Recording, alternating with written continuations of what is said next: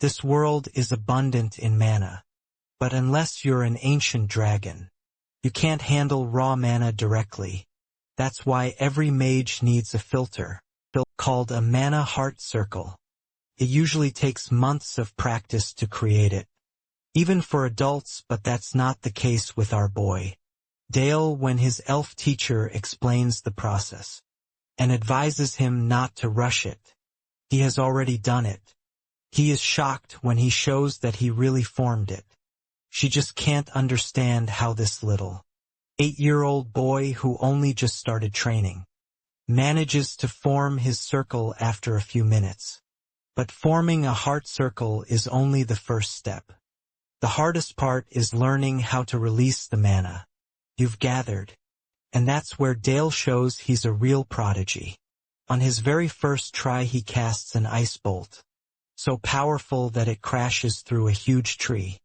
In an instant shocks his teacher to the core.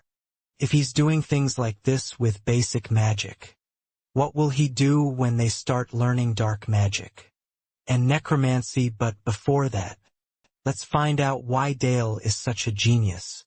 Hansung is the commander and chief of an Earth that was invaded by flesh-eating monsters. In the midst of war, a magical portal opened and dragged him to another world. The mages of this world hailed him as the otherworldly hero, someone who will save their empire from the Demon King. Hansung wanted to return home, but they tortured and enslaved him with a spell. He spent the next 10 years of his life slashing and killing for the sake of the empire, just so that he could one day attain his freedom. Finally, he defeated the Demon King, but the empire never let him go. Even after his victory, they tasked him with one last mission: to kill the Radiant Knight. Sir Dale Hansung was like a dog to the empire's schemes, could not defy their order because of the spell. In the end he fought and killed Sir Batel. But in an unexpected turn of events, a blade thrust into Hansung's back. He had spent years of his life tortured to serve an empire that killed him. At the end, Count Brandenburg treated the otherworldly hero as an expendable hunting dog.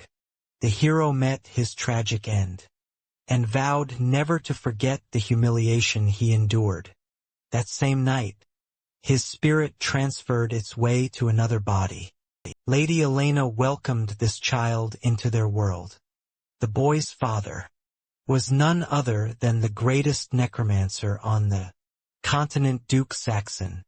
Before his death, Hansung had stolen a stone of reincarnation. It was the only way to free himself from the enslaving spell. But he never even expected to be born into nobility. Bro was ready to live an easy life of pleasure, just to plot the ultimate master plan, to slaughter those who wronged him. Duke Saxon noticed the boy's strange behavior. The child didn't shed a single tear after it was born. The boy's father began wondering if this was a bad sign. But fear not, because the nanny came to the rescue with her ultimate technique. The ass-claps of death. The same unrivaled hero suffered excruciating torture at the hands of a nanny. On top of that, the boy's mother decided it was her turn to give it a try. While Hansung begged them to stop, his mama raised her hand. But instead of beating his ass literally, she caressed it softly. It was the first time he felt a warm embrace, soothing his skin. Hansung had only felt alone in this world until now. But this comforting touch brought him to tears. And so he began to cry, in a way he never knew he could talk about. The literal definition of making a grown-ass man cry. In the master bedroom, Dale's parents expressed their satisfaction at his growth. The 8-year-old made them proud, and has been studying relentlessly ever since he was 4. Boy's father understands Dale's interest in magic. His wife pulls his face, reminding Alan of their promise. The promise to never teach the young boy the ways of necromancy. She worriedly reminds him of their promise, while Alan assures her that he's already prepared a different gift. For the boy's upcoming birthday, a knock on the door steals their attention. The maid suddenly pops right in, sharing a shocking revelation of Dale's condition. Hearing this, the parents sprint as fast they could to the study room. Our boy is currently trembling on his feet, covered in a mystical blue aura wrapping him. The boy calls out to his parents. Dale's mother scolds him and checks on his condition. Meanwhile, the boy's father is analytical in his judgment, and literally senses mana flowing in the air. Their child is only 8 years of age, and yet he is able to release a profound level of mana. Already the same father suddenly exudes a damning, horrific sensation looming over Dale, as he questions if his son just exuded mana. Now our boy here knows he's about to get spanked to the moon and back, if he doesn't make Papa happy. Even Dale didn't expect to release an absurd amount of mana, and he knew that if he failed to answer quickly, his Pops would beat his ass. Surprisingly though, Pops over here smiles and actually pats his head, feeling pride in his achievement. He finds it a real shame, being unable to teach him necromancy. On his own confession that our boy finds weird, Bro is disgustingly pissed off, because not knowing necromancy would squander his plans for revenge. The boy's mother tells him to go rest, while the maids clean up as he's racing away. Alan and Elena share a moment of peace. The boy's father has now thought of the perfect gift for him. Let's jump right into the birthday banquet, because parties are always fun. There are lots of people gathered here, nobles from all over the Noir dukedom. They're curious when the tiny, young master would show up. Some of them hadn't seen him in a while. Meanwhile, the man of the hour, or should I say the child of the hour, is currently chilling on the second floor, expressing peak introvert energy. Dale finds it a real chore to meet all these people. At the birthday event he wonders if it's because of the fact that he was once treated like dog shit when he was a hero. Even now being buttered up like some rich noble's son is a new thing to him. Recalling what happened the other day, Dale goes into the specifics of how his mana accidentally sprouted open. You see, he was actually reading records of his own past life as a hero, despite the talent he currently possesses. As the young master, it bothers him that none of it will come to fruition if his papa doesn't teach him necromancy. Dale began spying on his parents, wondering about methods to convince them, even entertaining the idea of requesting his direct tutelage. That idea was totally reckless and he knew it. At last the boy's mother, Elena, arrives with a gorgeous dress, congratulating her son, the young master. Curiously asks about the identity of the cloaked figure behind her. The person quickly unveils their hood and is introduced as the elder of the Blue Magic Tower. This beautiful blue demon is also a master of the water attribute. Elena introduces Sophia as the boy's new teacher. Sophia also greets the young boy and intends to work with him to success. Meanwhile, Bro is having a real shock, unable to believe that he's personally being assigned a tower master. As his teacher, this means that his newest focus will be put on learning magic, which isn't the greatest accomplishment, since it's for defense specialization only. This shows him that Elena, his mother, really doesn't want her kid to go learn spooky, dark necromancy magic to become another corny, third-rate copy of Sung Jin Woo. Anyway, Sophia wants to have a private meeting with the boy, and the young master agrees to her request. They come outside in the field of snow, where the blue magic tower, Master, reminds the kid that he'll only be learning water magic. From now on, interestingly, Sophia senses that the boy's heart lies elsewhere. She knows that he wants to learn something else. Her astute observation stuns him for a moment, while Sophia reasons that it's obvious for anyone to believe that Dale wants to pursue necromancy and dark magic, as his focus, the problem being the current Duke's state of marriage is a known issue throughout the Empire. You see, ever since the Duke had the hots for Elena and married her, she became afraid. She did not want her family to receive a scornful reputation, which meant that he couldn't pass on dark magic. To their children, I don't know about you guys, but damn this woman out here playing the controlling, overprotective tiger mom a bit too much. Even at their freaking wedding, she forced white as the color code of the wedding attire, instead of black. Sophia forwards that because of that promise, Dale's dream is a far cry from reality, and that he won't be able to learn dark magic. However, the enlightened Tower Master actually has a proposal. She is willing to convince the young master's mother, as long as he follows her guidance.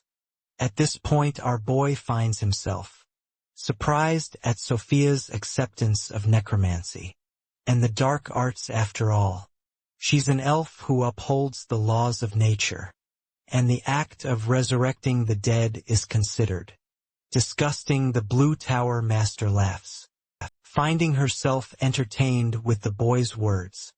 She then wondered what he would make of the priests that resurrect the dead back to life. As well, she thinks that the idea of reincarnation, or resurrection, and necromancy is the same, when you really think about it. From this conversation alone, Dale is able to configure just how wise his new teacher is. She had an open-minded perspective, and might prove to be an excellent teacher. Because of it, wrapping up the discussion, Sophia thinks it's time for their first lesson. She knows that Dale has already formed a small fragment of his mana circle, so his first goal from now on is to help expand it, allowing it to become a first circle. Dale is intrigued and believes that the approach aligns with his goals. To learn spells with Sophia's guidance, he places his hand over his heart, feeling an internal world open up inside of him.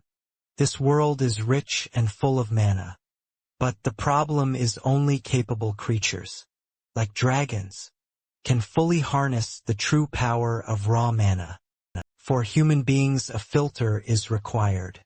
This is established as a mana heart circle. The idea is to gather fragments of the circle around one's heart, rearrange them, and cycle them. This way, a proper circle is channeling a flow around the heart. Dale follows her guidance, perfectly achieving his objective. For the next step, she instructs him to rotate the mana around his heart. This part of the process takes at least a month, so she urges him not to feel discouraged. Here's the shocking bit. This man has done it in an instant. The 8-year-old's successful achievement absolutely baffles the Tower Master. The same kid who had just started training already achieved his first circle in the span of a few moments. From this revelation alone, it becomes crystal clear that our boy is a bona fide prodigy. An astonished Sophia asks him to release mana through the first circle following her instructions. He concentrates control over the circle. He already knows about the difficulty of the process. For pure beginners, even in his first life, he was unable to catch up to the likes of Duke Saxon. The best he could do was use destruction spells, carved into his body using engravings. But this life is different, as he has purely inherited the talent of his father. opening the possibility to learn other forms of magic. Dale's focus is refined at his fingertips, channeling at an end point of the circle. His past life's experience helps him point an icicle shard. Sophia watches with pique interest, pointing out how Dale has correctly crystallized mana. Into an ice bolt, the shot is fired straight into a tree, sending it blasting into pieces. Sophia's utterly shocked once more. She thought that his power would be weak, because of form, but this kid literally tore apart the wood. Her newest disciple's talent was completely out of this world. The Tower Master registered shock, stunned at his ability to perform a perfect ice spell. The boy is confused, and wonders if he made a mistake of some kind. You see, the magic formula he applied is well beyond the capabilities of a normal child. Rotation is paired with acceleration, and then congestion. All three stages make up for the golden ration of a spell. Sophia witnessed the young master pull off a tremendous spell, to an effective degree shaken to her core.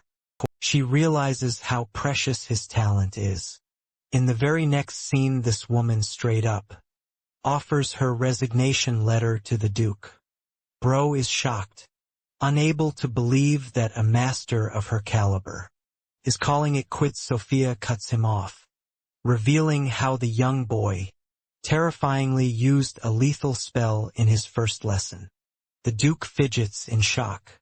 No words come out his mouth. Sophia goes on to state that the 8-year-old applied the golden ratio to. Long story short, she labels Dale as the perfect specimen to become the ultimate killing machine.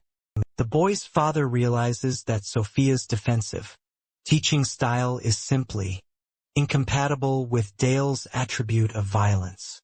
However, Sophia denies this, and actually feels the necessity to help guide the boy's growth. Of course, even the Duke thinks that she's foolish for backing out. Sophia turns serious and highlights the dark magic of Alan's family. She already knows about Lady Elena's marriage vow. However, a serious toned Sophia straight up calls them out on their bullshit for limiting Dale's growth, especially because of his unmatched talent. The young master is sneakily eavesdropping on this conversation, but can't hear anything meaningful. He's worried sick about what will become of him. Dale wasn't really intending to pull off such a powerful spell either, and remembers Sophia's pale expression when he did. His main hurdle is his inability to control the output of his spell, something he's got to work on for his good. The boy's contemplation is interrupted by the sudden arrival of Uncle Helmet. The uncle is thrilled to meet the young master, while Dale is eager to know about his travels. Helmet explains that he was away on his duty to protect the ducal family, as well as defeat powerful monsters in the process. Our boy quickly pieces together that Helmet was battling inside a dungeon. Let's step back and understand the intricacies of this world. Monsters erupt out of dungeons, and that's a death ground for any noble's territory. Back when the Demon King was around, the monsters rampaged and caused sheer destruction. Modern-day knights are sent on missions to ensure that these monsters are never overflowing. Again, their goal is to eliminate any that have escaped. The dungeon territory of Duke Saxon is in more danger than usual, mainly because of Dale's previous life as a hero. Even though he spectacularly beat the Demon King, the territory of the boss was kept around for the Empire to use. In other words, they were handling the leftover mess of the Demon King. Dale and Helmet's conversation meets another visitor, none other than the Duke himself. Alan thanks Helmet for his tremendous dedication, for the prosperity of their land. But what really surprises Dale is the arrival of his mother. Lady Elena greets him with great joy after learning that he achieved the first circle. They're even happy to reward him with a gift, which puts our boy into thinking mode. Dale entertains the idea of necromancy, but he knows that will kill the mood. Instead, Bro pulls out a wild card, and Deadass tells his parents to go make him a new sister. Both of them are stun-locked, while Helmet laughs at the sheer boldness of the young boy. That night, the young master rests comfortably in his bed, pissed off that he's gotta fake being a child just to blend in. Fatigue slowly catches up to him as he drifts off into a nightmare. Here, former hero Hansung is backstabbed by the same bastard knight again. The ghost of him even mocks Hansung for enjoying a new, comfortable life and chillingly threatens him by stating that the Empire will eventually slaughter him. They'll find and exterminate him again. That eventful nightmare wakes our boy up with an overflow of mana.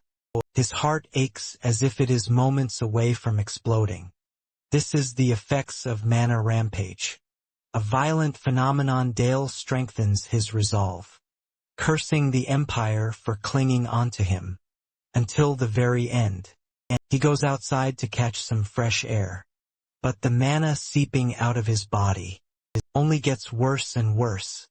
Panicking, he finds a beacon of hope.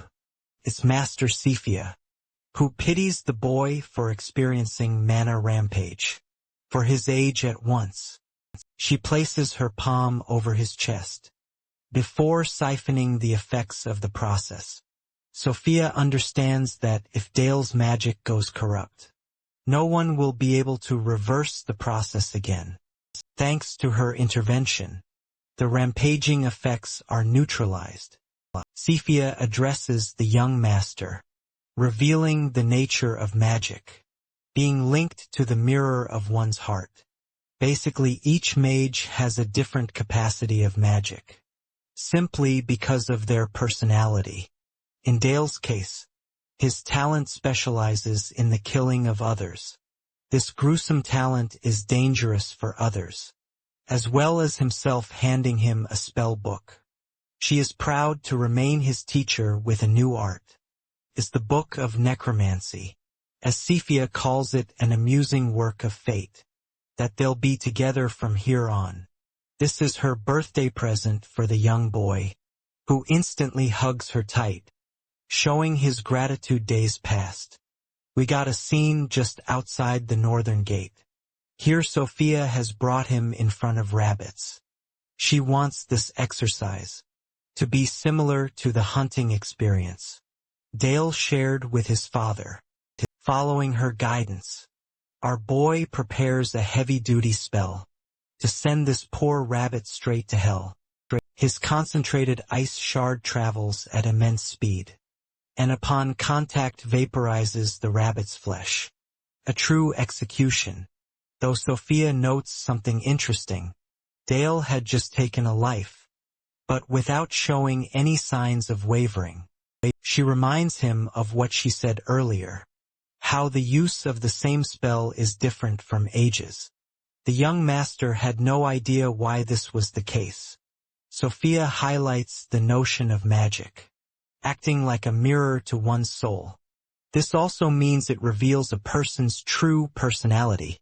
Sophia continues by bringing up magic names, like Firewall. In reality, these names only acted to carve out magic from one's imagination. For example, the red magic tower fosters strength above all.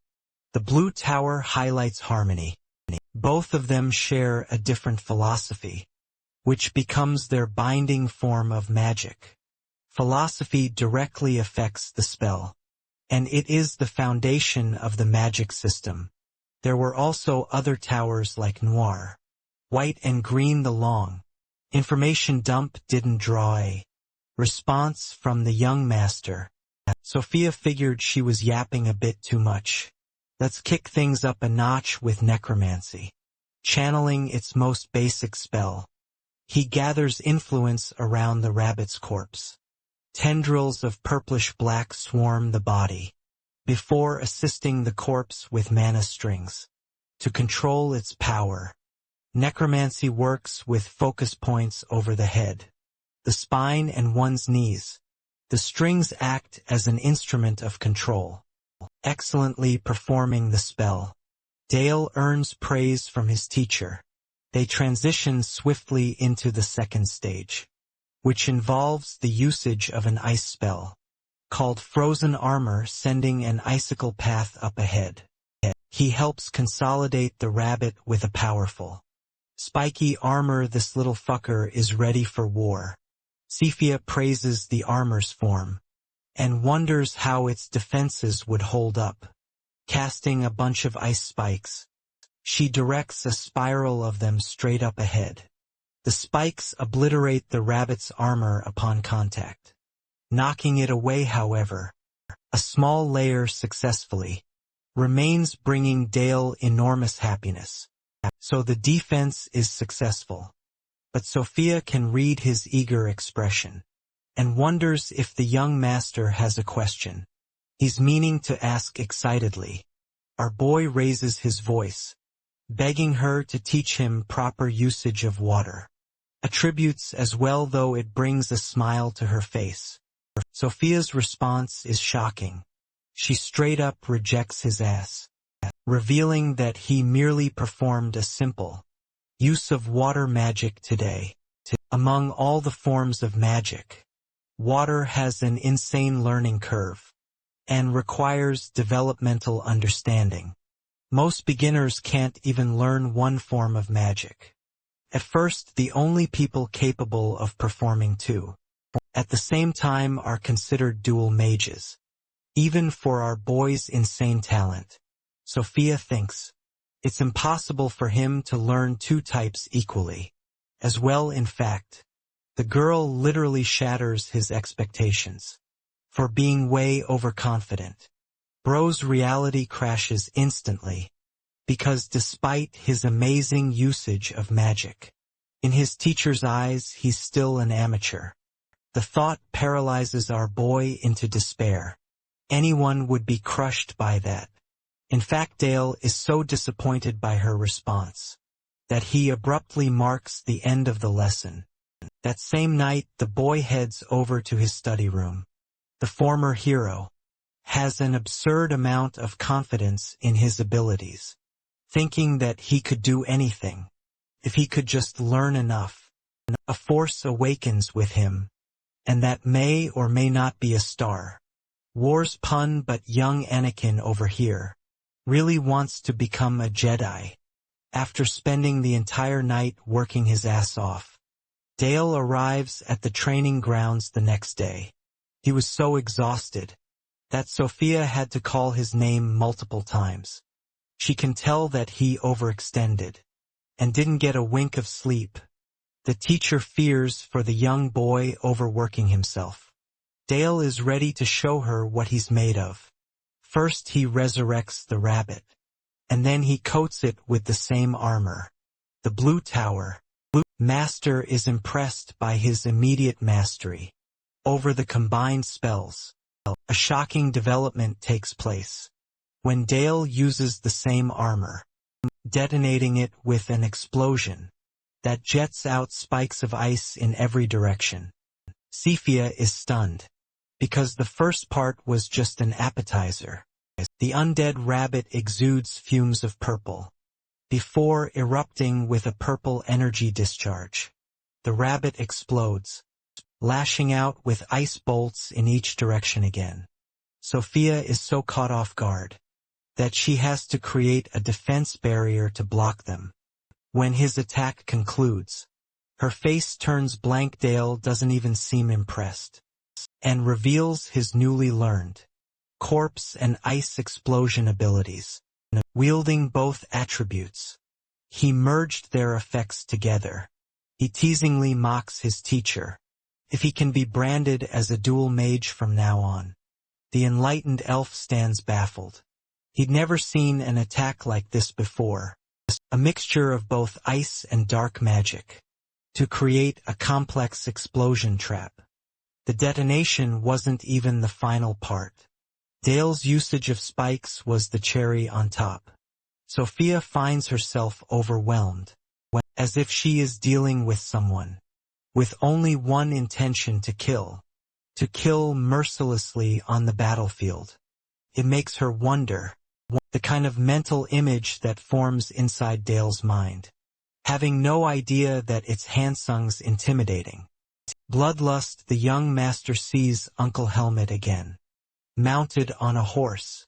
He's brought his team after raiding another dungeon. Only this time it was a smaller group of monsters. Helmet also praises the Black Cavalry for assisting him.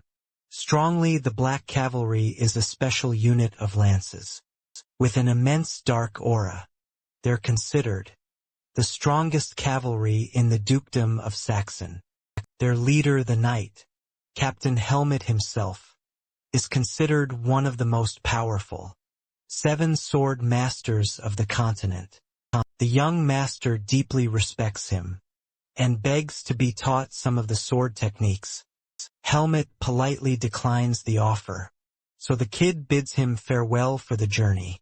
With Captain Helmet gone, Sophia thinks it's about time they return back too. We jump ahead to later that night, where Sophia reports Dale's usage of dual magic. In their recent training session, the Duke is a bit shocked to learn about Dale's usage of necromancy magic. While Lady Elena appears disappointed, Sophia deviated from her orders and ended up teaching the boy more than just water magic. She didn't want to control the scope of training, and shared that the young master expressed interest in learning necromancy. After a momentary pause, Lady Elena speaks up. She still offers strong refusal of dark magic, and recommends Sophia to keep on teaching him the water attribute instead. The Blue Master gives her word, and assures them she'll take care of the boy. Before leaving, Sophia feels a pang of guilt, and turns to apologize to Lord Noir for breaking their promise. Exhaling, Dale's mother emphasizes her pride in Dale's ability to wield 2 magic circles. For his age, she thinks it's a given for him to wield so much talent, especially as their son. With great fear and disappointment, the Duke speaks up against his wife, revealing his interest to teach Dale necromancy. He wants to hone the kid into becoming his heir, and a talented mage at the same time. It's his right to bestow his magic upon his son, even though he feels terrible about breaking their promise. Speaking from concern, Dale's mother reminds him that necromancy is still viewed in a negative light by the general public. That was the main reason she wanted to sway their child from the same path. However, Lady Elena has accepted reality and no longer cares about the public perception, allowing her husband to go on teaching Dale necromancy.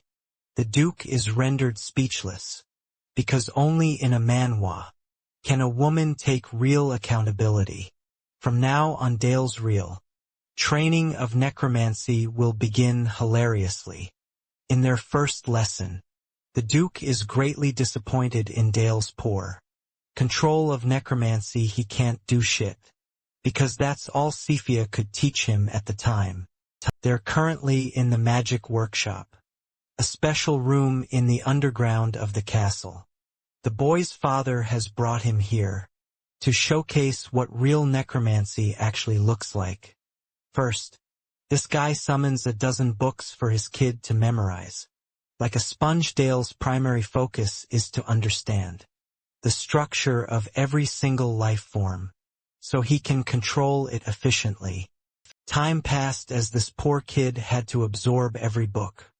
Like a sponge with the basics concluded, the Duke guided him in the ways of practical magic. Excited, Dale was hungry for a real lesson. Shortly after, He found himself startled by the corpse of a goblin, resting before him. The boy's father understands his confusion. The Duke explains that talented necromancers differentiate themselves by making even ordinary soldiers into capable death knights. The goblin is an undead soldier, and he grows curious about the boy's approach to control it, channeling dark magic into his hands. Dale meets his first obstacle. You see, controlling a rabbit is no big deal because of its tiny size, but a goblin is much more complex. With the usage of mana strings, Dale's first attempt is a failed connection, but he continues hammering his connection, weaving the threads to control the puppet. He applies another approach, but finds himself unable to make the goblin move. Stuck again, the young master is cornered. Without a solution, his father swoops in, praising the boy for stiffening the corpse's body first. However, the drawback of this approach is that it limits movement. Demonstrating a real solution, the Duke unleashes his dark tendrils, swarming the goblin's body in such an efficient manner that he targets its rib cages instead.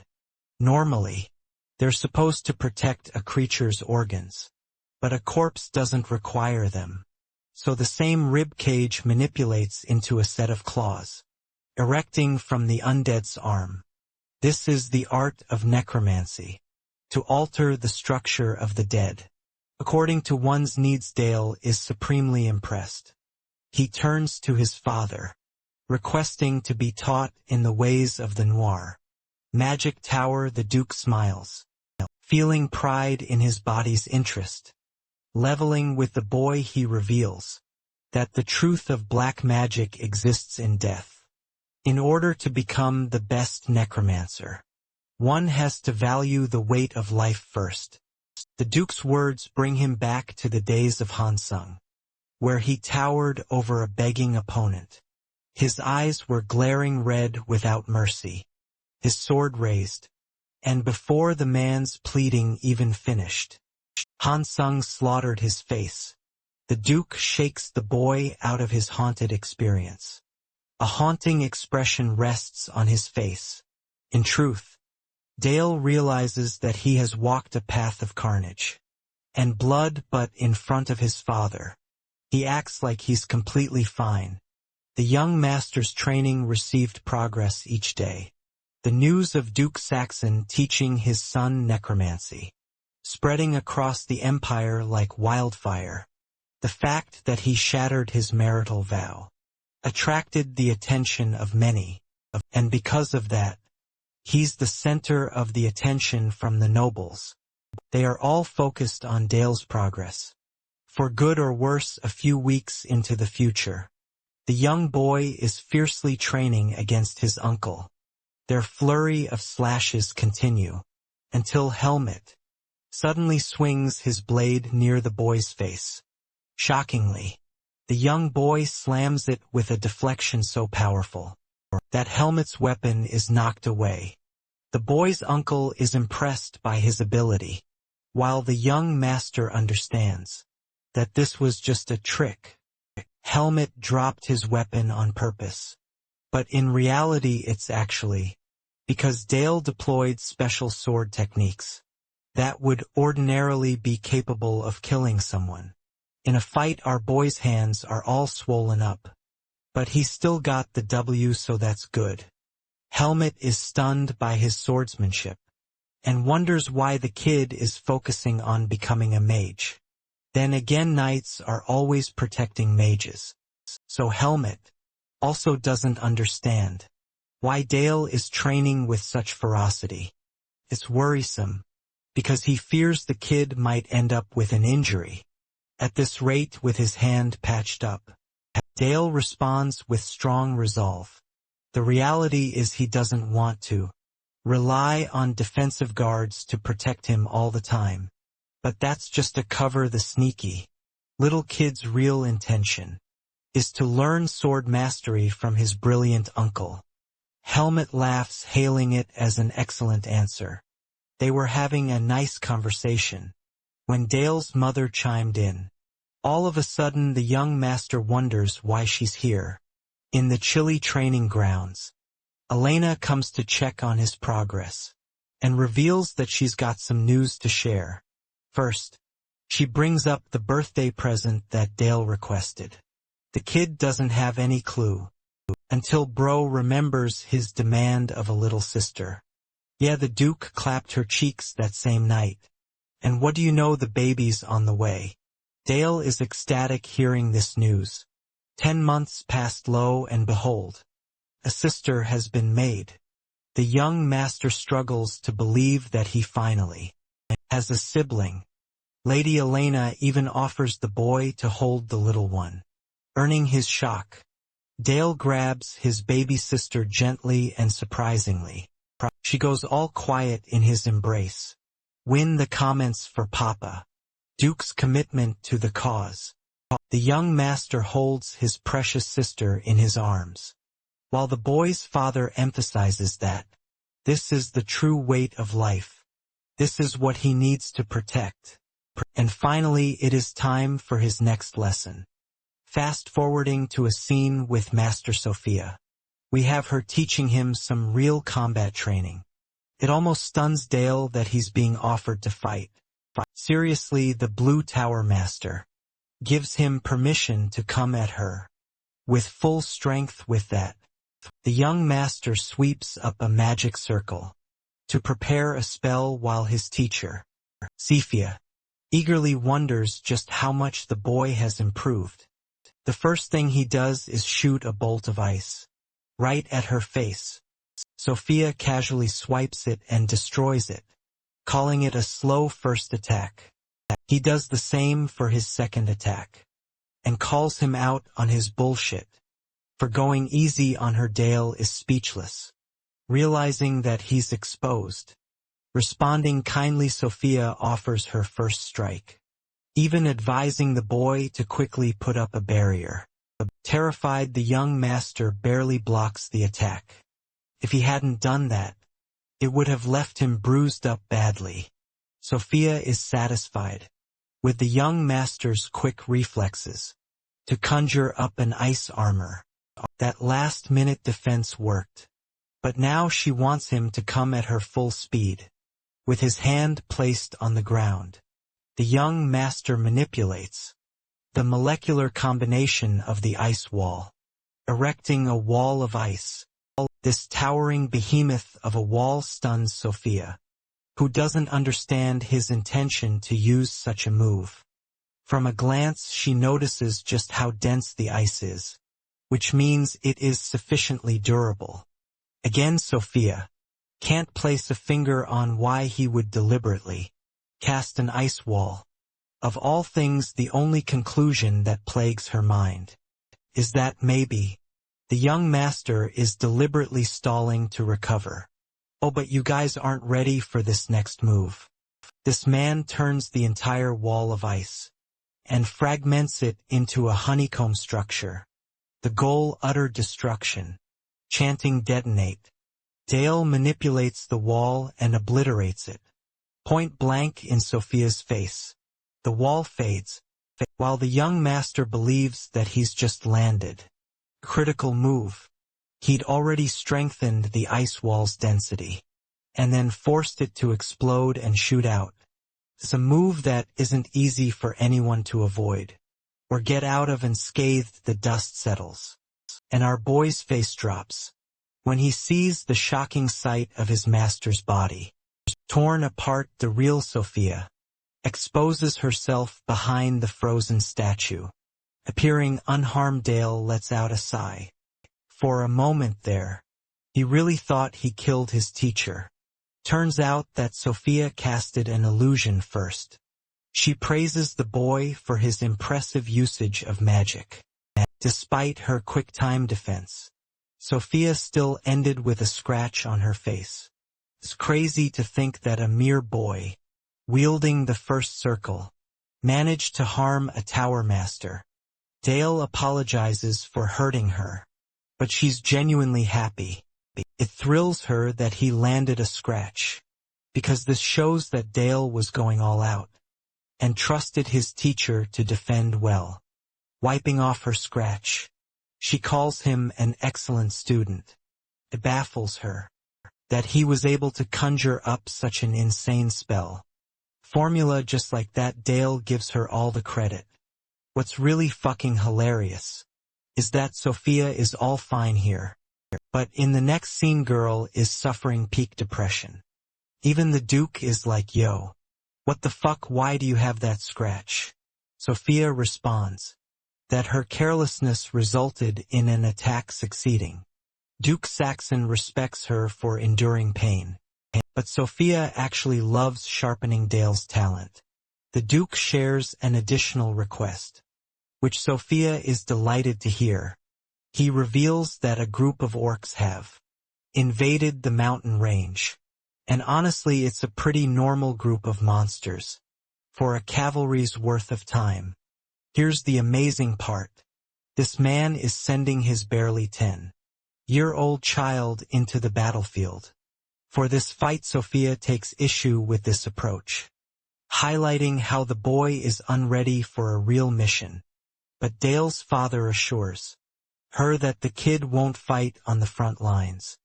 Their main objective is to defend the territory, as part of House Saxon exuding malevolent dark energy.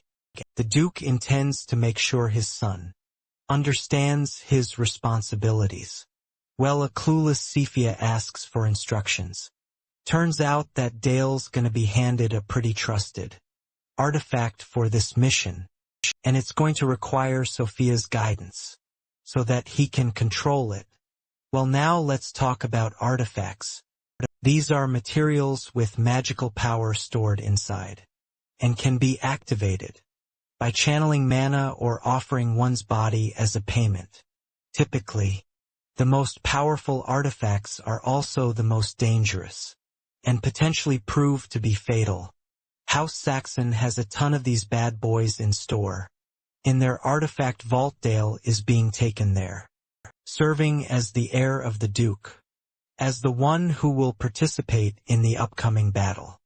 This revelation is news to the boy, who is thrilled to finally get some real combat experience. Duke Saxon shares his goal to exterminate the orc horde with a subjection team. Before he can go on to execute this mission, the boy needs to wield the power of darkness properly. In front of him are 3 powerful artifacts, put up for display. The Saxon family has a treasury of the artifacts of the Demon King, gaining them after conquering the Demon King's domain. They're well beyond the strength of ordinary artifacts, evidenced by their overwhelming mana flow. The Duke highlights that they're all immensely powerful, which makes them just as dangerous. It's important for Dale to harness total control before using any of them. Speaking of Dale, the kid straight up says peace out and dips on his papa. The Duke helplessly looks around searching for his son. Meanwhile, the kid is roaming around, searching for a compatible artifact. One interesting artifact calls out to him, sensing the young master's need to exact revenge against his enemies. This murderous fucker, along with many others, call out to him, seducing him with their attractive power. Dale realizes that these artifacts can sense the threat of Hansung coursing through his veins.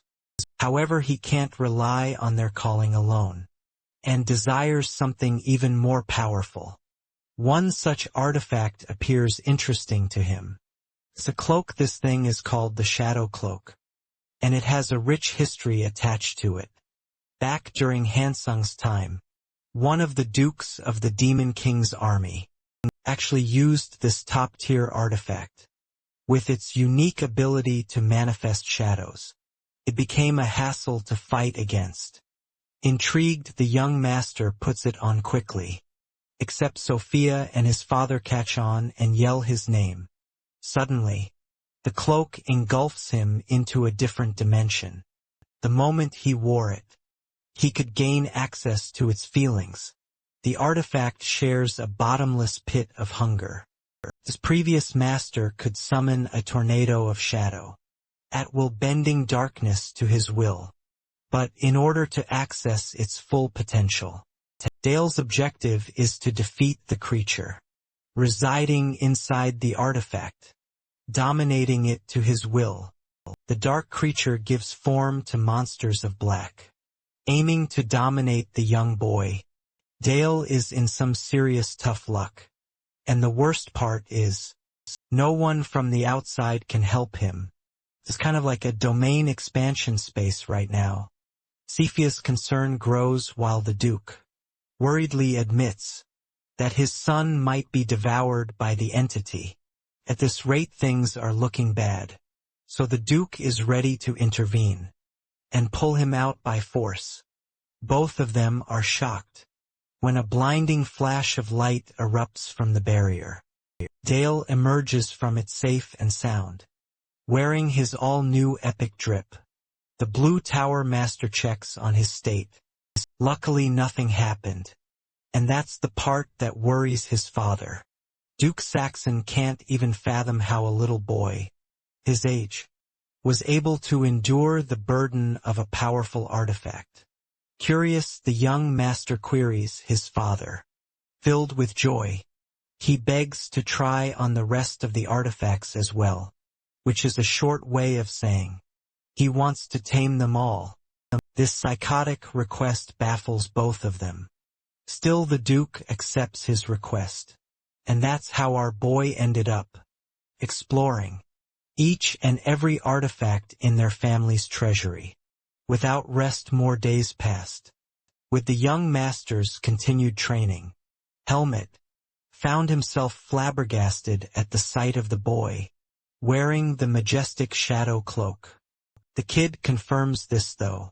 Helmet is stunned that a small child is somehow controlling the cloak. Without any problems. Dale tells him that he only feels a tingling sensation, bothering him sometimes, but other than that, he's got things under control. The young master knows that the cloak hasn't met a master for a while, which is why it is especially drawn to him. Most people are terrified of the shadowy creature, but our boy is out here using talk. No jutsu to make friends with it. And Helmet thinks the kid is a psycho for calling a creature of the dark lonely.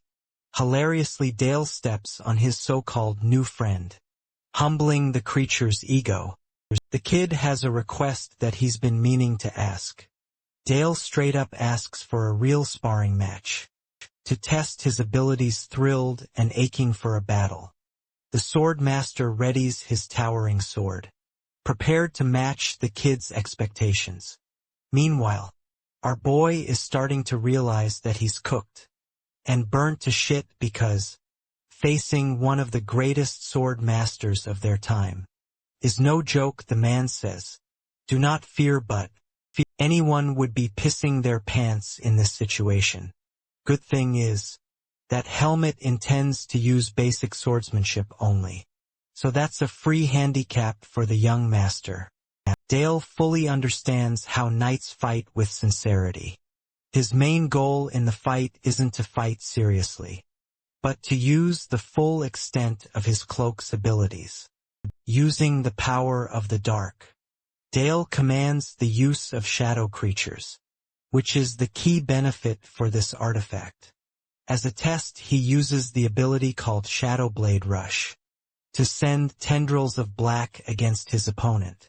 The fierce knight utterly demolishes all of these tendrils with a single slash of his blade. It's a striking response, enough to stun the young master. Helmet praises the boy and bolts right ahead to go on the offense, this time less than a second later. He's already up in the kid's face. The young master meticulously engulfs the ground in shadows in an effort to trap the knight. The same shadowy ground erupts with spikes to catch him off guard. The knight wasn't expecting to be caught into a sudden trap, but just like last time, This man literally shatters the use of the ability.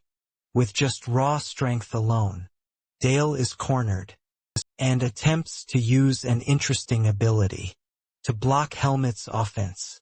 The knight is impressed because just now, he'd used enough strength to shatter any ordinary weapon into pieces. This fight is enlightening him about the special abilities of a top-grade artifact. Intrigued, Helmet is in the mood for at least 10 more of those attacks in similar capacity. The fight between the young master and his hero continued, while the rest of the Black Cavalry stood in awe and bafflement in all of their duels with Helmet. None of them had ever been able to withstand even 10 hits from their captain.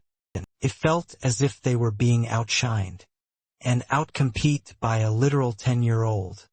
More days passed.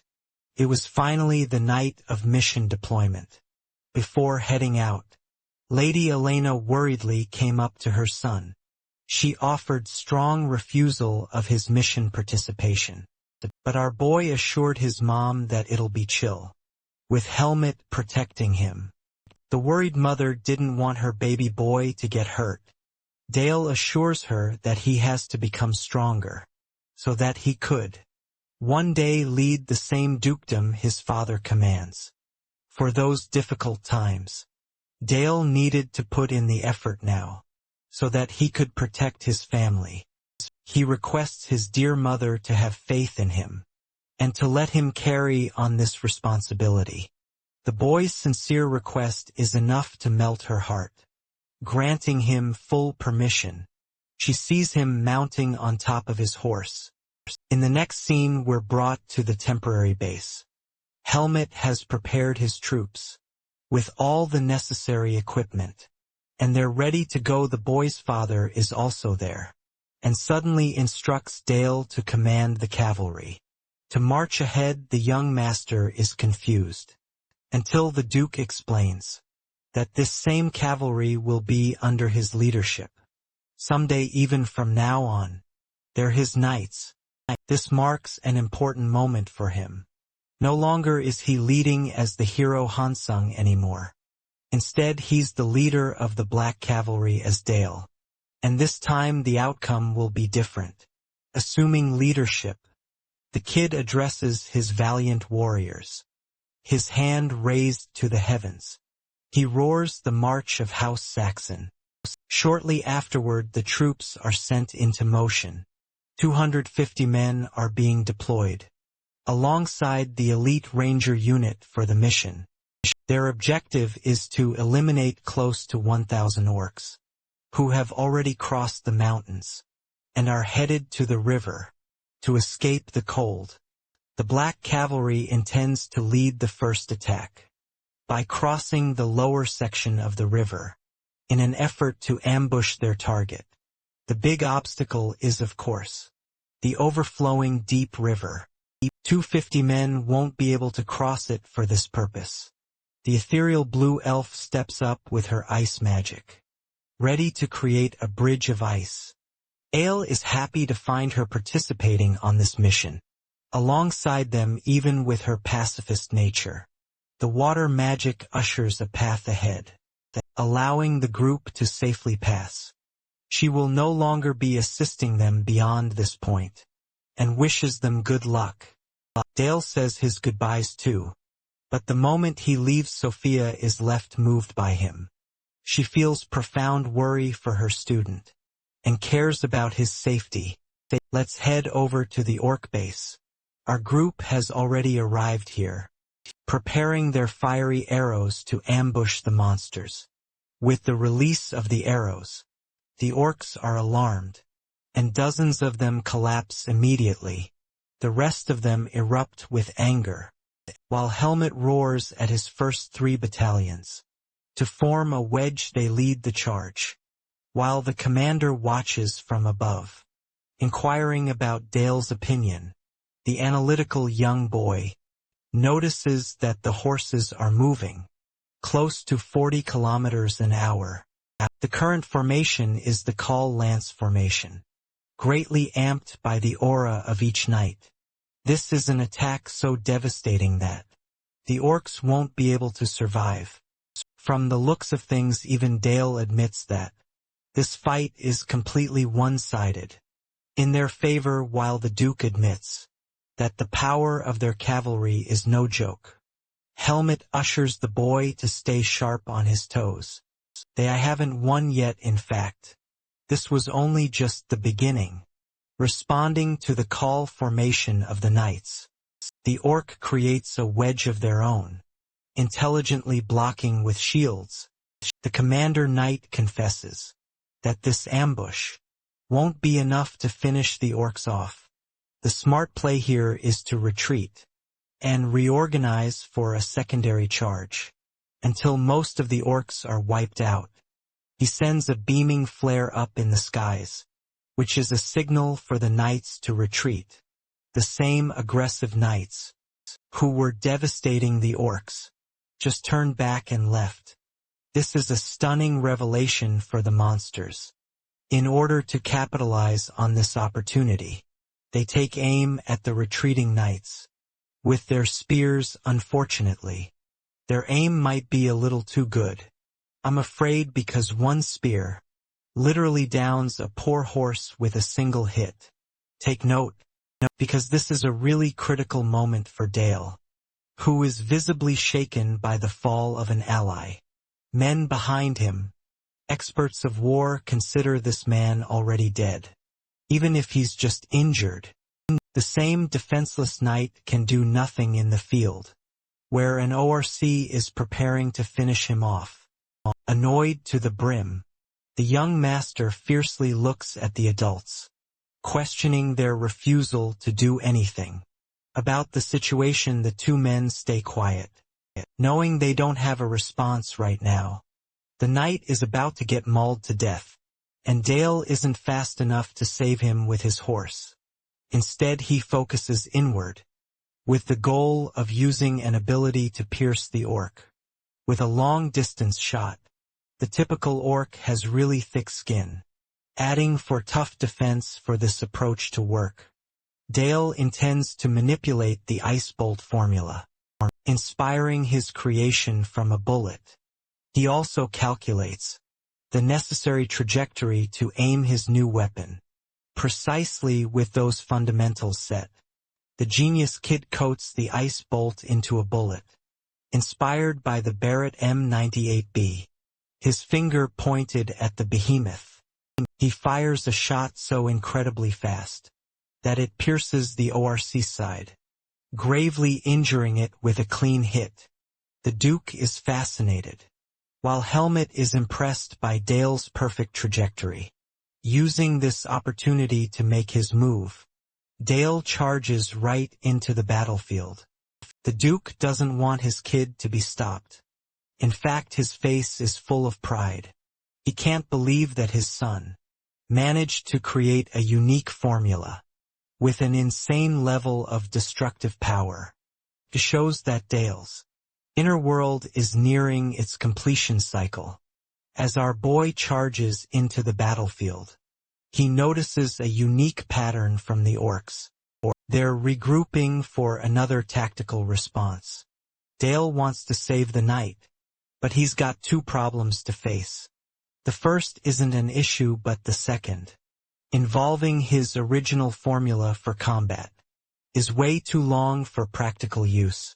He highlights how simple formulas from math, like this very basic one you see on the screen, are shortened to make things easier.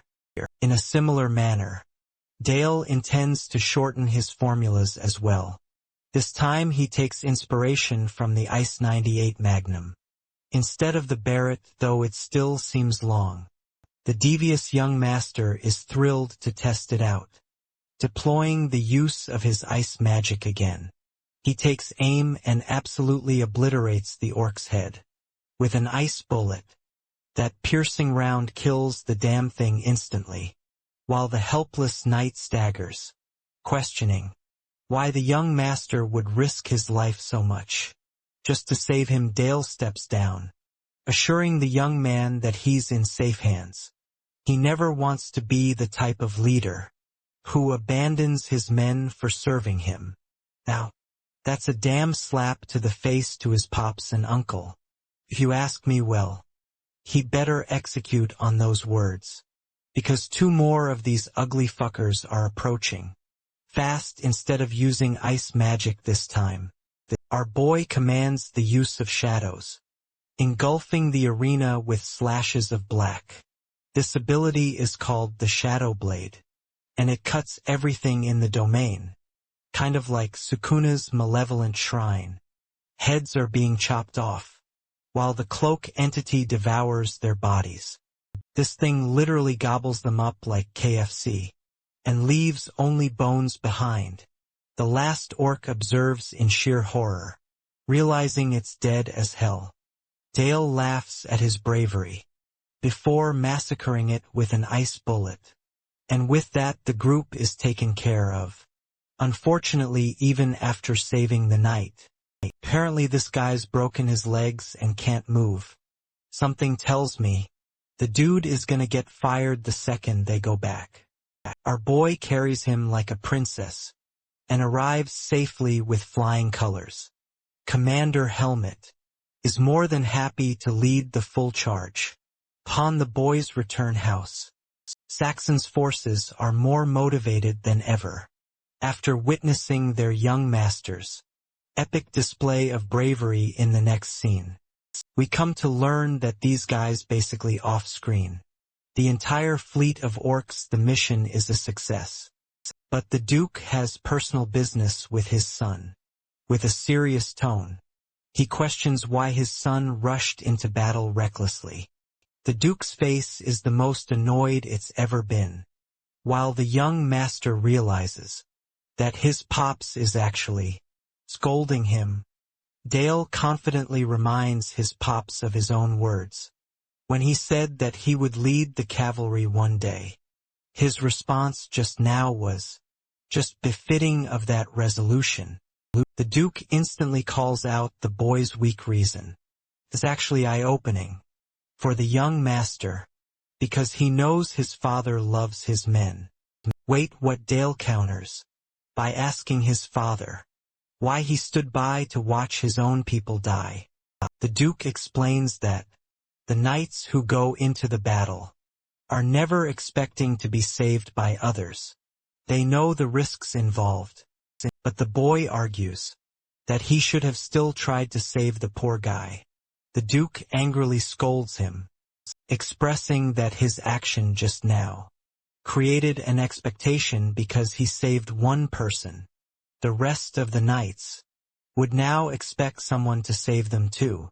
This is a goddamn nuke of a point that actually makes sense in Dale's head. The Duke wonders, just how many knights will the boy be able to save? With that kind of mindset, Dale remains speechless while Duke Saxon reminds him that the knights trained for this duty, and that he won't intervene unless he sees them genuinely reaching the limits of their combat. It is the kind of respect he gives to their cause. Unfortunately, Pops over here is hammering some really solid points that the young master is incapable of refuting. This simple truth was made clear to Hansung in his previous life, but he ended up forgetting it. Having said all of that, the Duke comforts his son, stating how proud he is of Dale's spirit in battle. He wants to continue sharpening that spirit for upcoming battles. With their discussion coming to a close, the subjugation mission is deemed a success, and the group returns to the castle shortly afterwards. The story of a young boy charging into the battlefield to save a knight reached the ears of the people. These claims are now being exaggerated to unrealistic expectations. For example, people think Dale managed to kill 1,000 orcs. All by himself. He couldn't escape the embarrassment while walking among them, but at least it made the people of his territory happy. More days passed as Dale's training continued. In the training arena, When Lil Bro was discovered by the knights, they sang praises and made him even more embarrassed. Helmet laughed and told the boy to accept it. With glee they raised their fists. In the glory days of becoming even stronger, their passionate spirits pleased Dale. When suddenly a maid arrives, to inform them of the arrival of new guests, from house or heart, our boy thanks her, and is looking forward to meeting a special guest. Let's talk about Marshall House O'Hart. It's a respectable family with Patriarch Bardell, the divine sword founding it. Right after the launch of the Unification War, the Patriarch Bardell was washed alongside his house. Dale notices Helmet's sorrowful expression. His uncle was actually taught by the divine sword, an LED into the path of knighthood. As they make their way to the throne room, the young master understands why his uncle might be uncomfortable. The Duke praises his son for training diligently, while the butler informs the arrival of the guests. A blonde lady and her daughter walk with poise. No attendants in sight. Vanessa Orhart greets the Duke with respect, but her bratty little daughter is pissed off. For some reason, probably needs a medieval version of Snickers to fix her attitude. Charlotte causes the worst scene imaginable, disrespecting the Duke by questioning why her mother would bow to these people. It's the height of disrespect. But Duke Saxon pays it no mind. Instead, he wants his son to escort Charlotte around the castle. For a bit, a duty the young master is happy to fulfill. Our sweet innocent boy offers his hand. But this blonde mini Karen of a kid is so angry that she swats his hand away. In fact, she shoved it so hard that Dale's palm swells up red. Duke Saxon is pissed. Lady Elena is horrified, while the realization dumps on Charlotte's face. Instead of backing down, this kid calls them a bunch of shameless nobles, digging a deeper grave for herself. Vanessa scolds her daughter, demanding that she apologize immediately, but Charlotte rages off, exiting the room. Vanessa is left with a humiliating display as she tries to make up for her daughter's blatant disrespect. Lady Elena asks what caused her to be this way. Turns out that Count Brandenburg, yes, the same dude who fucked over Hansong, was assigned to their territory recently. The guy is revered as the Holy Knight of the Empire, so it's impossible not to have heard of him. But a lot of people also notoriously call him the Pig King, because this scoundrel is looking to put his seed into a skilled swordsman, just to create the perfect heir. Currently the bastard sights are on Charlotte. Even if she's just a kid right now, Bro is straight up a PDF file. And Vanessa even highlights how this unholy knight actually tried to get his hands on her once already. The little girl is actually traumatized, though she wishes to protect her daughter. Vanessa is incapable of doing much. Their family has been eradicated, so she's a fallen noble. In fact, she has come here today to make a formal request for Duke Saxon to make her a maid of the house, just so that the filthy Brandenburg can't get hold of her. Outside in the training grounds, he finds Charlotte looking worked up. Dale treats her without a hint of rudeness, which actually gets her to calm down a bit. She even asks about his hand, while the young master internalizes how he's dealing with just a kid, in the end whipping out her sword in successive fashion. She points her blade at him, ordering Dale to have a match with her. This sudden invitation catches our boy off guard, making him realize that this kid really doesn't give a shit, and just does whatever she wants. The young master doesn't really have an incentive to fight, but this young lady has heard a ton of rumors about the kid who saved a princess, knight from the battlefield, and slaughtered 1,000 orcs. She wants a taste of victory against a powerful foe, like him, so she can be branded as the strongest in the empire. This way she can prove to the world that her family doesn't need the help of the filthy. Count Brandenburg. The moment our boy heard his name, his expression shifted to sheer anger. How could he forget that bastard? That's the guy who backstabbed him and ended his life. It's clear to him that this girl harbors great distaste for the same enemy, which means there's a chance for them to become allies. However, before that alliance, our boy wants to humbly give this girl a reality check.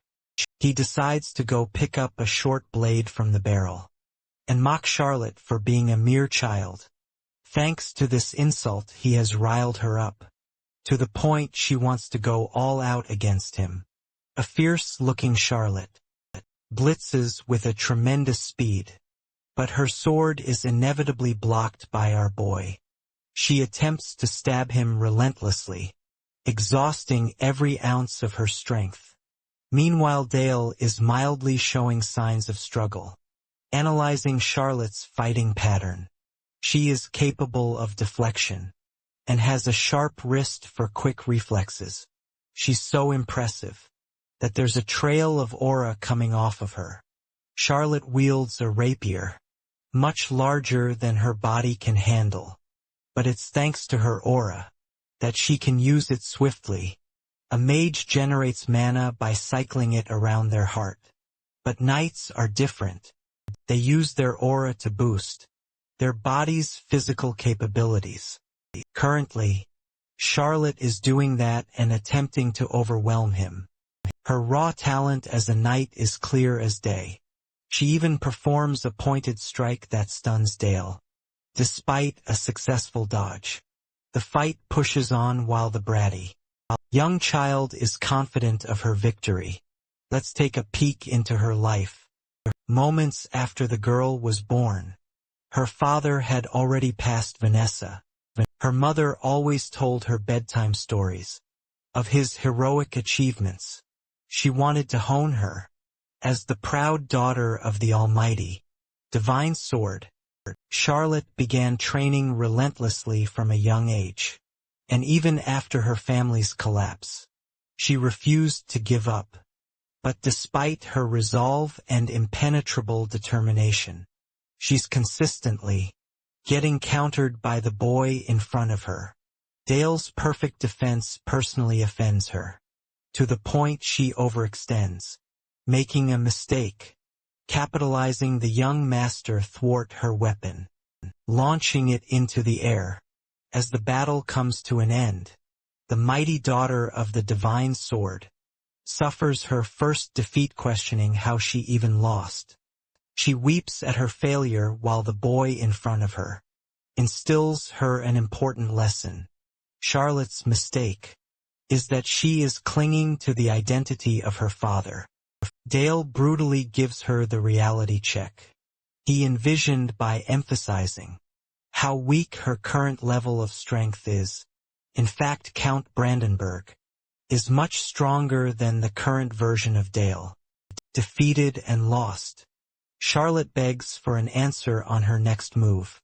It is here that Dale declares his name as the protector of House Orhart from now on, assuring the young lady that House Saxon will protect her until the day she becomes strong enough to defeat Brandenburg.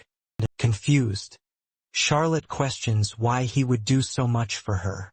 The young master expresses that she's worth the cause, as long as she swears loyalty to their house.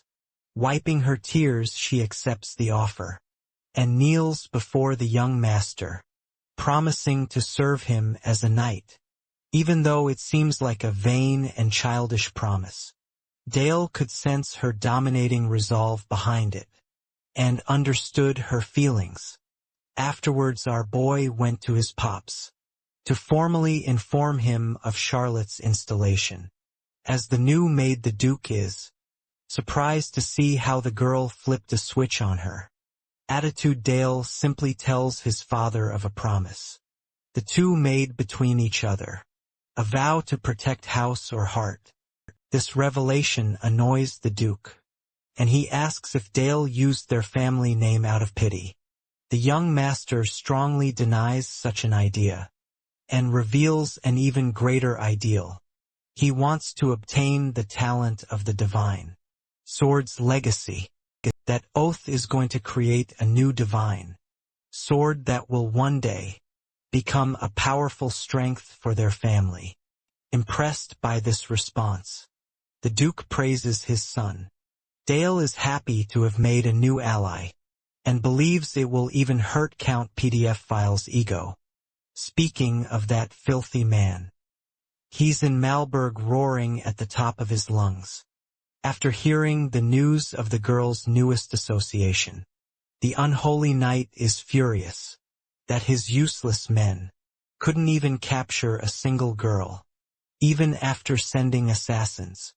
Turns out, their men were killed even before invading House Saxon.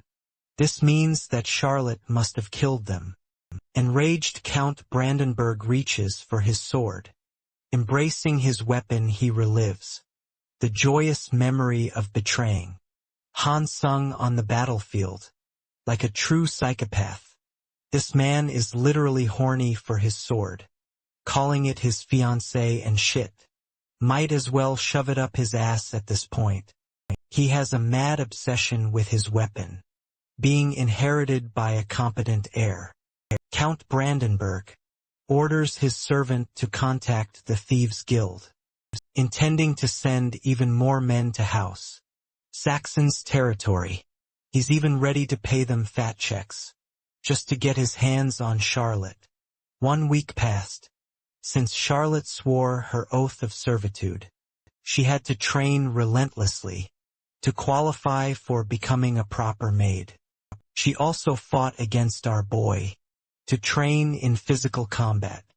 Helmet saw their duels as they faced each other again. Dale fought with a short sword and went for the offensive, this time forcing her to snappily deflect. The sword master noticed her being overwhelmed, but he'd never even imagined a duel. This fierce would take place between two kids. Though they weren't compared to actual knights, their sheer killing intent paired well with their fast reflexes. The young master suddenly grabs his cloak before unveiling his weapon. It's an interesting move, one that surprises Charlotte. She actually tries to stab him, but Helmet intervenes and stops the fight. Though the knight praises the little girl, she refuses empty compliments and asks for immediate feedback. Helmet starts off by asking if the young lady knows about the essence of her weapon. So far she was only using it as a thrusting force, but in reality the true essence of her weapon relied on her impressive footwork. The thing about Dale is that he was simultaneously dodging her attacks while gaining on her. The moment she sensed she was getting overwhelmed, Charlotte should have widened the distance between them. Problem with a rapier's defense is that it quickly loses precision. From the way things seem, unfortunately, Helmet reveals that Charlotte will have to rework her fighting style completely. Even her posture and fighting style is full of openings. The girl pouts. She's never really had a proper teacher before, so no one could correct her mistakes. Helmet even teases her by calling her style an odd way of thrusting. Charlotte is humiliated while he laughs, assuring the young lady that he's just teasing her. Meanwhile, our boy wonders just how much she'll improve after being coached by one of the greatest sword masters around. He thinks that it's possible for Charlotte to blow him out of the water. At some point in the next scene, we deep dive into magic training. Dale understands that the process of constructing more mana circles is the same, except there's one problem. Takes a shitload of time. even decades to improve the shocking part. Sophia learns that the prodigious young master has already completed his second circle. This world measures mana circles by RPM, or rotations per minute. An ordinary mage has around 300 revolutions per minute. But for our boy, his first circle alone burst at 2000 revolutions per minute, and his second is currently at 400. A new circle always requires a minimum of 300 revolutions per minute, which means Dale has even fulfilled requirements to tap into the third circle, excited to test out a new experiment. After attaining the second circle, the young master whips out his ice bullet technique. First, he enhances its strength by increasing its hardness. Next, he takes aim at the nearest tree, boosting the bullet's rotation to increase its speed. Lo and behold, the first armor-piercing bullet is shot, with so much destructive capability that it obliterates a tree. The young master is stunned by the level of his own improvement, finding it much easier to control the bullet. His teacher Sophia is proud of his talent, while Dale credits her fully for her guidance. She even contemplates how this same genius boy is full of wonders and always uses his power for the right cause. His strength terrifies her to some extent, but ultimately Sophia trusts him on a very deep level, embracing him as her proud student. Dale is caught off guard and finds it really uncomfortable, given that he was a grown-ass man in his previous life.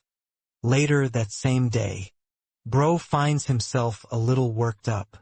Because of his teacher, he even starts wondering if Sophia really sees him as just a child. And I mean, that is the obvious explanation. My guy warding off irrelevant thoughts. The young master focuses on his training. Bro uses Sung Jin Woo's iconic Arise to call forth a wall of ice. Next, he tests the integrity of its defense by throwing a shotgun-style ice bullet barrage. Each bullet bounces right off of the wall, finding its way back to Dale.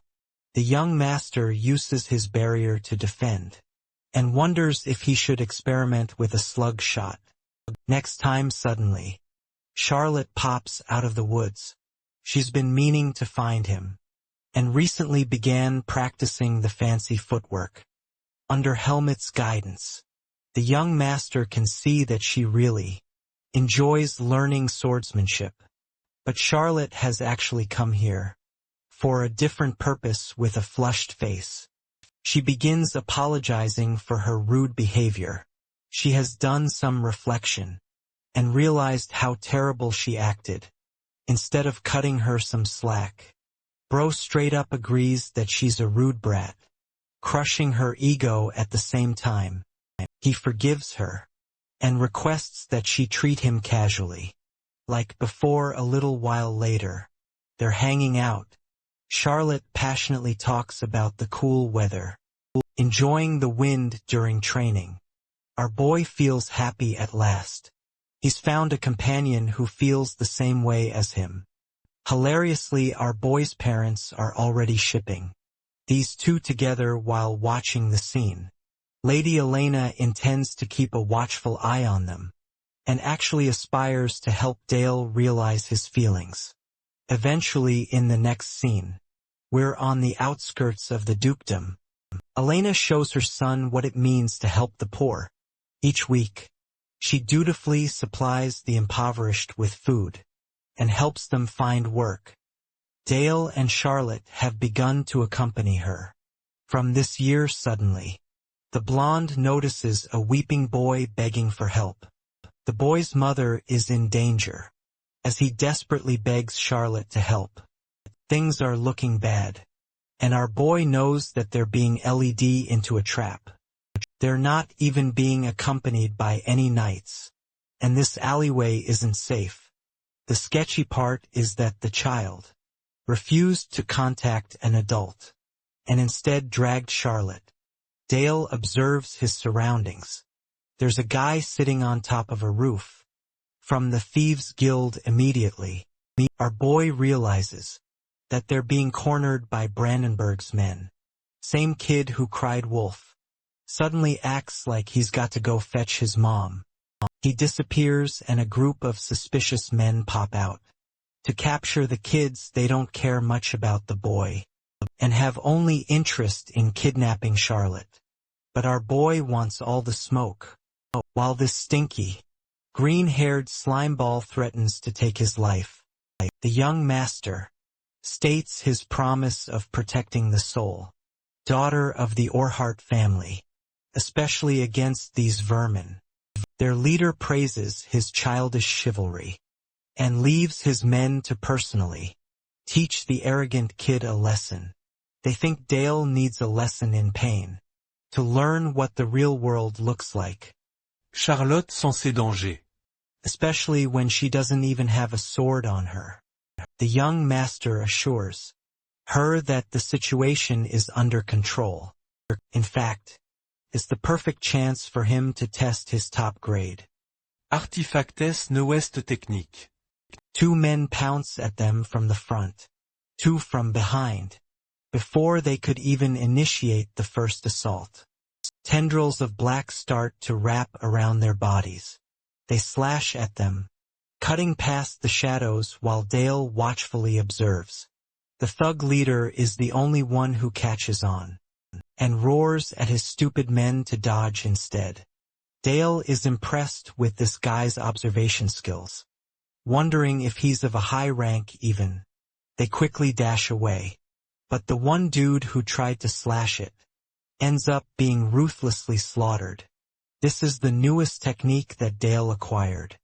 After reaching the second circle, it creates parasitic shadows around his victims, ones that can move on their own and invade their bodies. For example, the guy who is caught is literally devoured. His soul is sucked until he becomes a creature of the dark. This dude 10 times scarier than the fucking Wolverine, and has the size of the Hulk. I would be quitting my job if I were these guys. The undead monster is starving for breakfast, while his friends express horror. The leader sends them marching to their deaths, to kill the beast. Even if it's the young master of Saxon dukedom, one blade would be enough to kill him right. So he lunged right in to corner the boy, intimidating him by dancing around like a gay pigeon. Bro thinks he's in Naruto and throws his kunai, acting like they're unstoppable. Dale casually blocks them, and uses a 12-gauge buckshot to slime this guy. I mean, this dude is literally a cheese slice full of holes. Now Charlotte watches our boy absolutely dog walk these amateurs. His pet undead monster is also wreaking havoc. By the way, the earlier attack was more of an exaggeration. If anything, this dude didn't really become a cheese slice because of his thick aura. Dude still thinks he's got a chance. So he charges up ahead. The result: instant Kit Kat treatment like Gojo Satoru. Dale walks up to his new pet, who literally devours a human body. Kid checks on Charlotte, wondering if she's doing okay. It seems one of the thugs survived the onslaught, while the rest of his friends have been sliced to bits. Even while our boy is tending to Charlotte's condition, he casually uses an ice bullet to tear this dude's leg. Right off, bro's never gonna need a wheelchair for the rest of his life. The terrified thug even offers to reveal everything about their group's intentions. But Dale is one cold-blooded murderer. He puts a bullet in this guy's head and expresses complete disregard. Bro is handling things all-American style at this point. The young master explains how these people are the enemies of their house, the ones responsible for enacting terror. However, he promises her that he will protect Charlotte, and wonders if she is afraid, though she admits to being scared. She's also happy that our boy fought very hard to protect her, Ever since they made that vow, she found herself convinced. She wanted to protect his house, the same way he vowed to protect hers.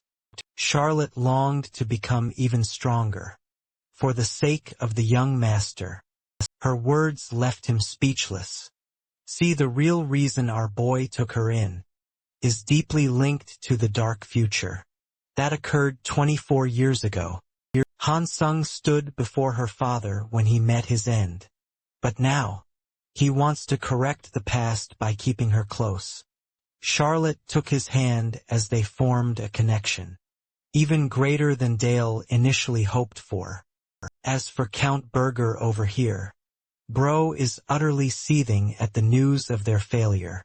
He has personally received a letter from the Duke of Saxon, with the intention of having a personal chat with the man. The Duke's words already imply that he knows about this scumbag schemes. Brandenburg knows that, even with his position as the divine sword, he's just incapable of refusing such an offer. Days passed and we arrived at the castle. Brandenburg has come here, his face looking more worried than ever. Duke Saxon taunts him and humbly welcomes them to his castle. The holy sword fakes his sincerity and assures the Duke that it is his pleasure to arrive. But this clown is already seething at the sight of Charlotte, and Dale, the holy knight, starts off by diving into the recent attempt at a kidnapping. He laughs it off, acting like it's a joke, that things escalated to this point, and even acts like his name was falsely accused in the matter. The most powerful necromancer of their era answers with a pulsing veil of shadows. The pressure is overwhelming. The holy knight and his men. It's only thanks to his mighty sword that this guy is able to block the attack. But for his men, they literally evaporate to sheer dust, suffering the most brutal death. Count Brandenburg is astonished by the height of the Duke's powers. His face drops to terror, knowing that he fucked around too much, and is about to find out Luke Saxon used an advanced dark magic spell to vaporize expert knights. Just now, the holy sword drops formalities and begs for mercy, but the Duke commands him to get down on his knees. Brandenburg tries to talk sense into the Duke, emphasizing just how forceful his actions are. But Dale's papa is royally pissed, and commands him to get down. He's even ready to unleash yet another spell if the Count refuses his order. The figure of the Duke's intimidating power is enough to force the holy sword on his knees. Not even he expected things to get this ugly for him. Like the good boy he is, he kneels before the Duke, who shares that this is the only chance to make up for peace. On top of that, he warns the holy knight that if he ever dares to touch the children of House Saxon again, he will personally eradicate every last member of his house. After a thorough psychological beatdown and humiliation, the Duke threateningly tells Brandenburg to rest up for a while. The holy knight refuses this offer, stating that he has urgent matters to attend to and must exit the territory. The Duke bids him farewell. As the pathetic knight disgracefully leaves, Dale has the widest smile on his face. Bro is loving his pops, humbling this fucker's ego for once. However, this exact moment is detained to create a butterfly effect that will soon escape things. Throughout the Empire, things always start small, but then the fire spreads and everyone will burn. During that moment, an older version of Dale will ultimately have to defeat the Holy Swordsman. The news of the Holy Swordsman's humiliation before the Duke of Noir will shake the very world. Dale's father suddenly unveils a bunch of bodies. They're all corpses that died in the fight against Dale. Cephia is struck with sheer horror after discovering how mercilessly A mere child slaughtered these men. They were full of holes, their organs were destroyed. And a moment of doubt came over to her. She feared that her teachings might have accidentally created a monster. The noir Duke understands that his son requires proper guidance and wisdom in the right direction. For this role, he openly appoints her as the chief advisor. In other words, she's being given an official position inside House Saxon, instead of acting merely as the boy's teacher. Dale's growth is reliant on how much Sophia can mold him. Even the Duke understands that he can't help nurture his son perfectly. It will only be thanks to her help that the boy will seek a greater potential.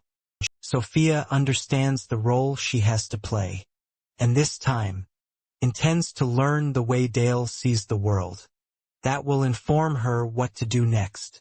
More time passed, and eventually the young master became 10 years old. Last year's celebration was different because this time, noteworthy nobles from the emperor's court came to attend too.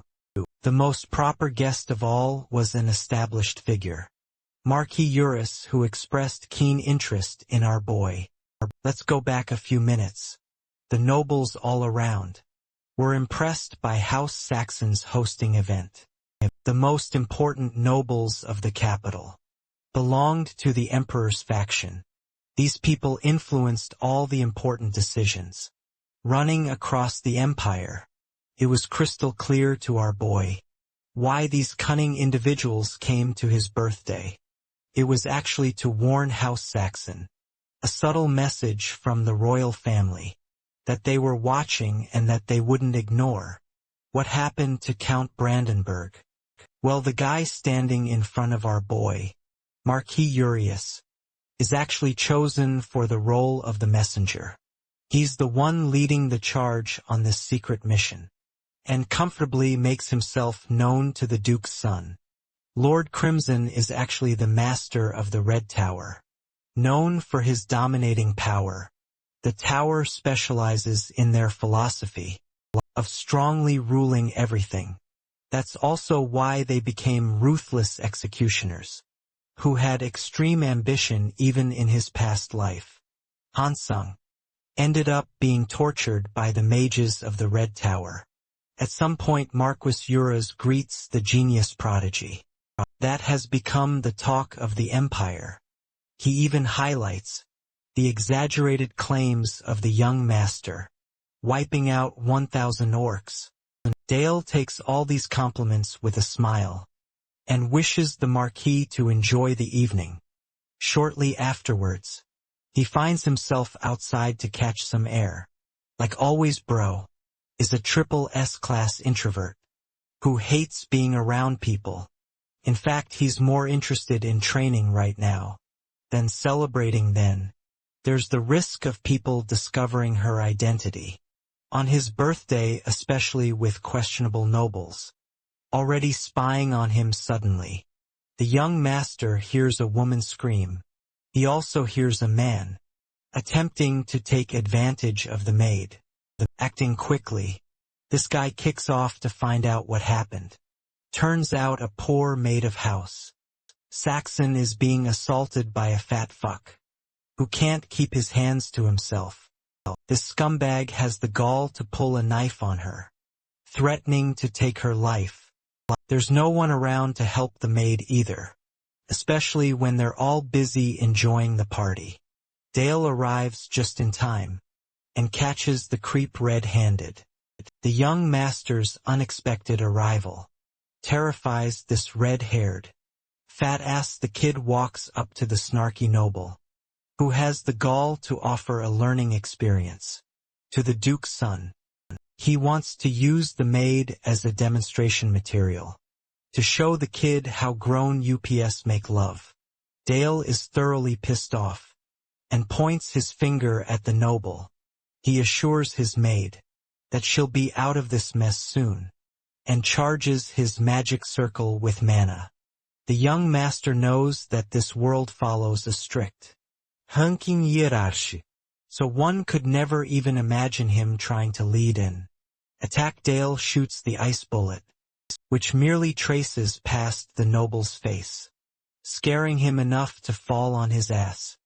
Even with the hierarchy, the young master refuses to abandon his morals, even though he ended up assaulting a noble, serving the emperor here, by giving him a nice scratch on his face. The noble confronts the young master's reckless actions. But Dale is done playing the reasoning game with a pig. Just like the animal he is, he orders the man to get on his knees. The noble tries to defy the order, only for our boy to roar it once more. Like father, like son. Dale humiliates the noble by ordering him to get on his knees and apologize to the maid.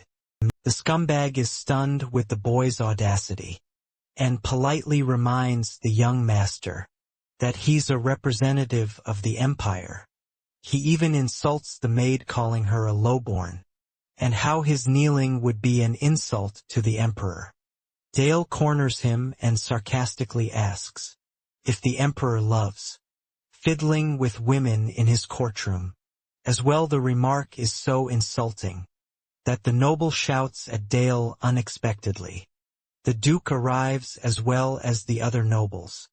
Lord Crimson is entertained by the sight and drops commentary just to get on the Duke's nerves. Dale's father erupts in anger. Roaring at his son, the young master announces that this man assaulted the maid of House Saxon. It's especially disappointing that his father doesn't even side with his own son here, and maintains the respect of Lord Petro by siding with him. Dale continues to threaten the snotty noble to stay down. It seems that he doesn't care about his father's commands. Instead, the boy stands up to the Duke, exclaiming how their guests are supposed to act with integrity, even from the royal court.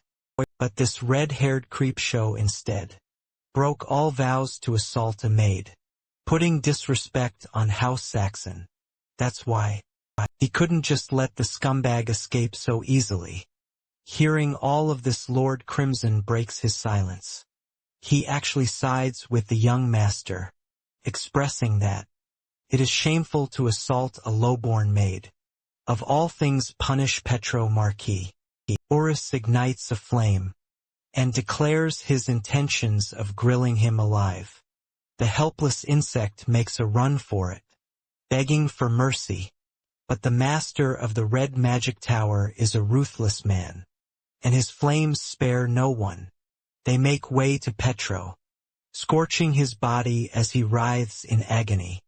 Noble is eviscerated to ashes, while Urus commends the boy for speaking the truth, as it is the only way to expunge the moles of the royal family. Lord Crimson is especially looking forward to Dale's future, but it only goes to show just how threatening this man's strength truly is. With time, the commotion faded. The nobles from the royal court subsided and left House Saxon. Time passed, and eventually Eve came to wake up the young master from his sleep.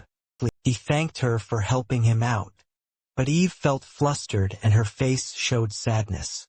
Dale asks her what's up, causing the maid to thank him for his bravery. She feels truly grateful to serve him, but that's not all she wants to say, and the young master can see it on her face. Thanks to his experience having dealt with two worlds, he can tell when people are hiding something. Dale thanks her casually, recalling that, as the eldest son of the family, he must act with integrity, so long as it will serve his goals of destroying the empire. By the way, his father summoned him quickly to his office. He's starting to feel off about Dale's recent behavior, questioning the boy's decisions. In an effort to understand the Duke, Dale asks what's wrong. He whips out a fun fact, expressing how the hero who came from the other world ended up suffering death alongside Bardell. If that did not happen, It was clear that the next hero would have emerged from House Saxon. This fact literally puts his father to a jolt of shock. And he denies such a claim. Dale answers forwardly of his conviction, reflecting that he actually heard about the Empire's scheme against House Saxon in his previous life. The Empire intentionally backstabbed Hansung, the hero, knowing that he would become an obstacle if he fell to the opposite side. Despite Hansung convincingly defeating the Demon King and bringing peace to the world, the Empire failed to eliminate the Demon King's domain. Instead of working on eliminating the domain, they began cultivating it into a personal territory.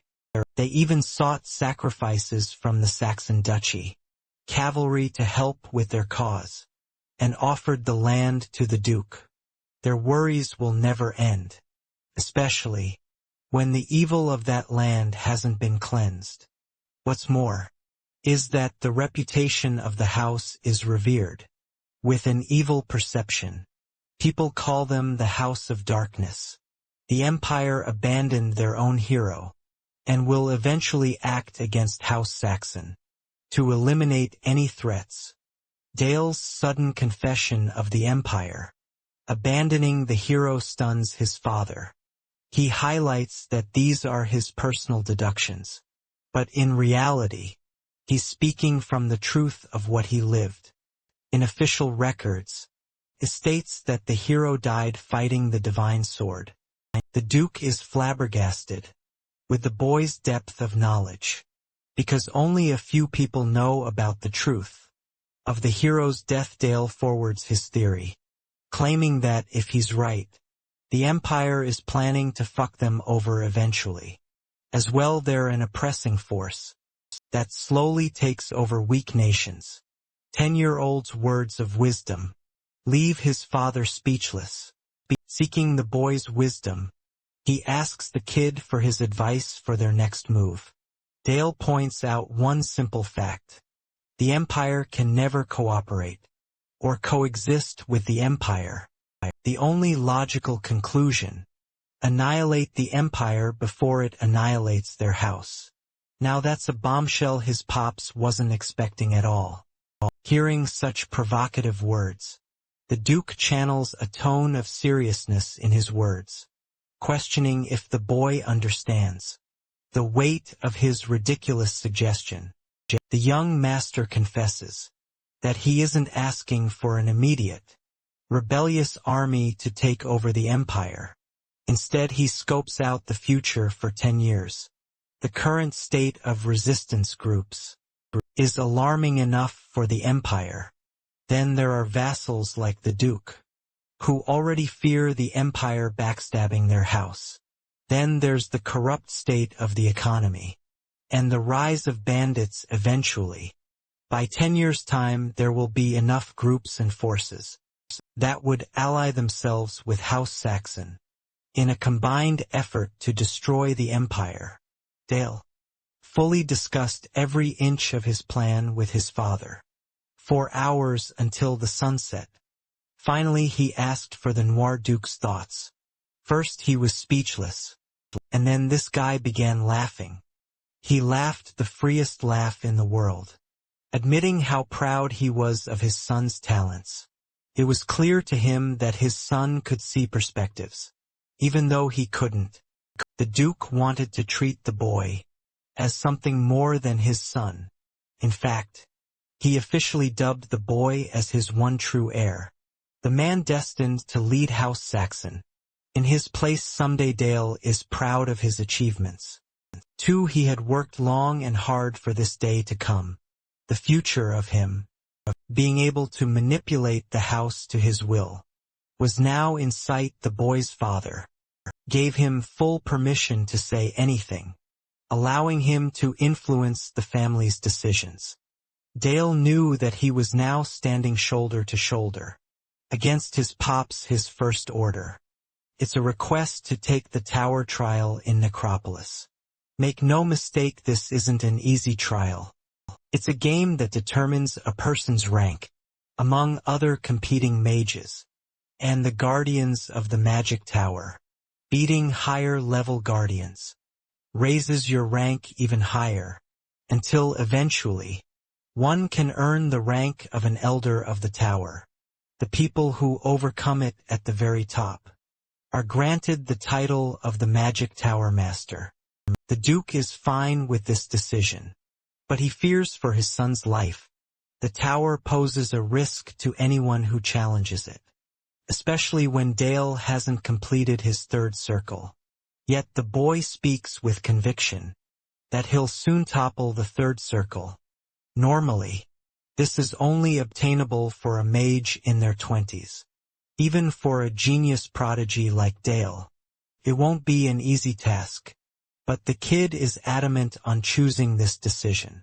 For the sake of his house, first he will conquer the tower trial and prove his strength in front of the world. This way, nobody will be able to question Dale's authority. As the heir to the throne, the Duke realizes that his son is cunning and wants to maintain a stunning reputation. In front of the world smiling, he entrusts Dale with his judgment, inviting a joyful expression from our boy.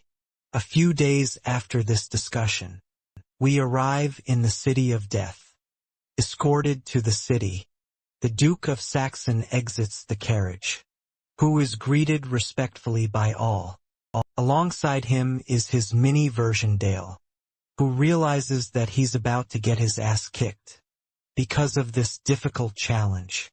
The people here are already singing praises of the Duke's son, the young master, who has unrivaled potential in the empire. Some are bickering about the boy, doubting his capabilities. They even call Dale's abilities a joke, unable to believe that this kid is on the level of the knights, of the cavalry Velik, to graduate of the academy. Thinks he's tough shit and a favorite to win the trial. The Duke and his son are welcomed by Eris, an escort and an elder of the tower. He takes care of all administrative duties. In the absence of the Noir Duke, Dale's father tells our boy that she's gonna be looking after him. Throughout the trial, Dale follows Eris and learns about the 59 other academy graduates who are about to take this trial. Alongside him, unveiling the arena, she shows him the candidates who are going to act as his competitors. It's a gigantic coliseum housing impressive candidates. Next, Eris goes up to formally greet the contestants. She's the host, so it's her role to explain the first tier of the trial, starting off by explaining the purpose of the life necklace. The trial will basically be conducted in a battle royale format, where life points will determine winners and losers. The necklace will protect the wearer from a spell's true damage. But if a candidate is properly hit by an opponent's spell, the necklace will activate its shield and basically confirm the candidate's elimination. In other words, one good, and your opponent is knocked out of the tournament. The attacker who wins the strike gains a new point for their own necklace. Any person with 3 or more points will reach the next tier of the tower. Finally, there won't be any use of artifacts during the trial, which means our boy can't cheat his way. Using his all-powerful cloak, Dale contemplates on the rules and realizes it's the easiest way to take out the trash contestants in the first round.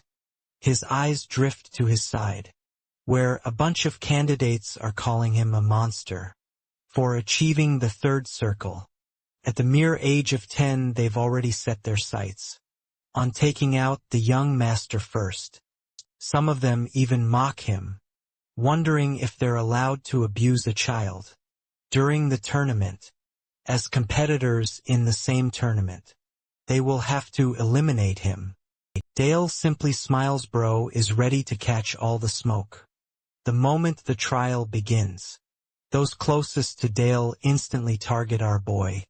One candidate erupts a dark spell, and resurrects a corpse in front of him.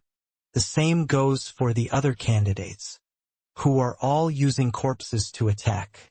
An entire platoon of them is now jumping. The young Master Dale awaits the first strike. As one of the zombies slashes at him with his sword, the attack is shockingly deflected. All thanks to our boy's conjured undead of his own. In fact, this thing has the iconic Wolverine claws too. This undead creature is larger and fiercer than the rest.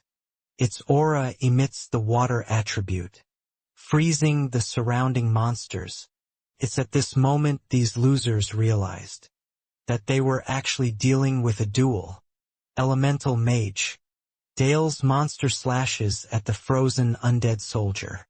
One of his opponents tries to target him from his blind spot, only for Dale's undead to step right in and block the damage for him. Thanks to the ice armor on its back, there's actually no damage incurred. Retaliating, Dale's soldier smashes another monster with a clean hit. The same loser who was talking hit earlier about him suddenly starts calling our boy a cheater for using the water element. The so-called top graduate expresses that only necromancy magic is allowed in this competition. A confident Dale expresses that there's nothing in the rule books that prevents him from strengthening his monsters with other types of magic. So far no one has disqualified him, which means Eris has allowed his usage of water. A tribute cornered with logic. The loser and his friends send all three of their soldiers to tackle Dale at once, with so many of them attacking at one point. Their strategy is to overwhelm the young master with sheer numbers. Unfortunately, Dale can't use a single artifact in this situation, so he considers his options before the zombies tear him to shreds. Using his one and final method, the young master launches himself into battle, dashing beyond all three zombies. Next he aims for another one with a sword, and quickly dodges its first attack. With the blade pinned, Dale enforces his punch with dark magic, and hammers a powerful fist against the creature's arm. This helps him free the sword, and eventually dice the creature into pieces. The losers are at a loss for words. They were witnessing a mere brat cut up towering giants like nothing. Dale even helped reinforce the bone sword to increase its durability. With this newly powered and upgraded weapon, he sets sights on his next target. The undead soldier smashes the ground, but misses the young master, who pounces right up top for an aerial descent, giving it everything he's got. Dale shish kebabs the shit out of this guy. You guys should see the look on this loser's face, who is humiliated after his soldiers were wiped out. With the soldiers killed, Dale easily dashes up to the candidates and secures clean hits on all of them. Finally, it's the blonde punk that's left, cornered by a child who is not only a dual mage, but also a capable swordsman. Our boy takes great joy raising his sword, moments away from stabbing him. This guy even starts begging the young master to spare him. But our boy doesn't really give a damn, especially when he can kill him without really killing him. In the trial, the sword smacks his head and leaves it swelled up. With the arena taken down, Dale eradicates every single combatant and achieves 60 life points, all on his own, buying the audience. He hopes for them to watch his every move as he dominates the trial. The second floor is to defeat the guardian creatures, called the flesh golems. These things are nasty and tower over contestants with a durable build. Normally at this level, the survivors cooperate to beat the boss on the second floor, except there's one problem. Our boy eliminated them all Now he's got a one-on-one fight with Gorlock, the Destroyer, different from the rules of the first stage. Our boy can openly use all forms of magic. At this level, he still won't be able to use an artifact. But that won't be needed anyway. The golem is minutes away from smashing our boy, while the young master intends to test the limits of the third circle. He recently acquired one fist obliterates the arena, and the ugly golem smirks in its victory. But then a realization of horror looms over him, as his hands are burned with purplish flames. The golem is confused while the 10-year-old young master unleashes his newest ability, accelerated decay. The Duke and Heiress are both surprised by Dale's decision. For instance, he could have easily destroyed the golem's arm, instead of letting it rot. Internalizing his thoughts, Dale reveals that when he fought monsters as the hero, Hansung, his main strategy to defeat them was called biochemical warfare. Over time, the creature is reduced to a pool of wasted remains. The golem is done for, even with a simple point of contact. The same biochemical warfare is now an important part of his black magic arsenal. While Dale ends up blitzing through the exam, defeating all 10 tiers and setting a new record. Then he was actually granted 4 days to rest. Until the 11th trial aside from him, the rest of the losers who entered the competitions now had to undergo a retrial procedure. 59 candidates could participate to earn their place back again. That same night, Dale finds himself staring at the fountain when his teacher Sophia comes out of the blue, congratulating him for doing superbly. He credits her for his own success, a confession that makes her really proud. But get the titanium truckload balls of this kid. He freaking asks his own damn teacher on a date. The elf is intimidated by our boy's risks. In reality, he was actually wanting to go to the city festival with her. Sophia agrees to the request, while he celebrates with happiness. Her cheeks are pink from the way he asked her out, still wondering if the little boy has any idea of what a date even is in reality. Bro is internally laughing, knowing that he messed with her head. Let's go up to the festival in the city of the dead. Sophia and Dale share a walk. The young master seems to be fine, even after his arduous trial. He's enjoying the 3 days of rest he gained too. After walking in silence for a bit, Dale and Sophia appreciate the gorgeous full moon. By the way, calling the moon beautiful in Japanese culture is treated as a way of saying, I love you anyway. The young master struggles to spark conversation with his teacher, and at the same time he finds himself at ease. He has always felt safe in her hands. She's the only person who trusted him. From the very beginning, some parts of him even yearn to draw closer to her. I don't know about you guys, but damn, this is going in an unexpected direction. Before Dale broke past his third circle stage, he contemplated on his teacher's guidance. To confront his inner world, the only way to surpass his limits was to go beyond the limits of mana overflow for his second circle. It's only after enduring the pain of mana rampage that he would finally access the power of the third. That also became a huge hurdle for our boy. He always remembered the sting of betrayal, but then found himself transported to an empty space of frozen white.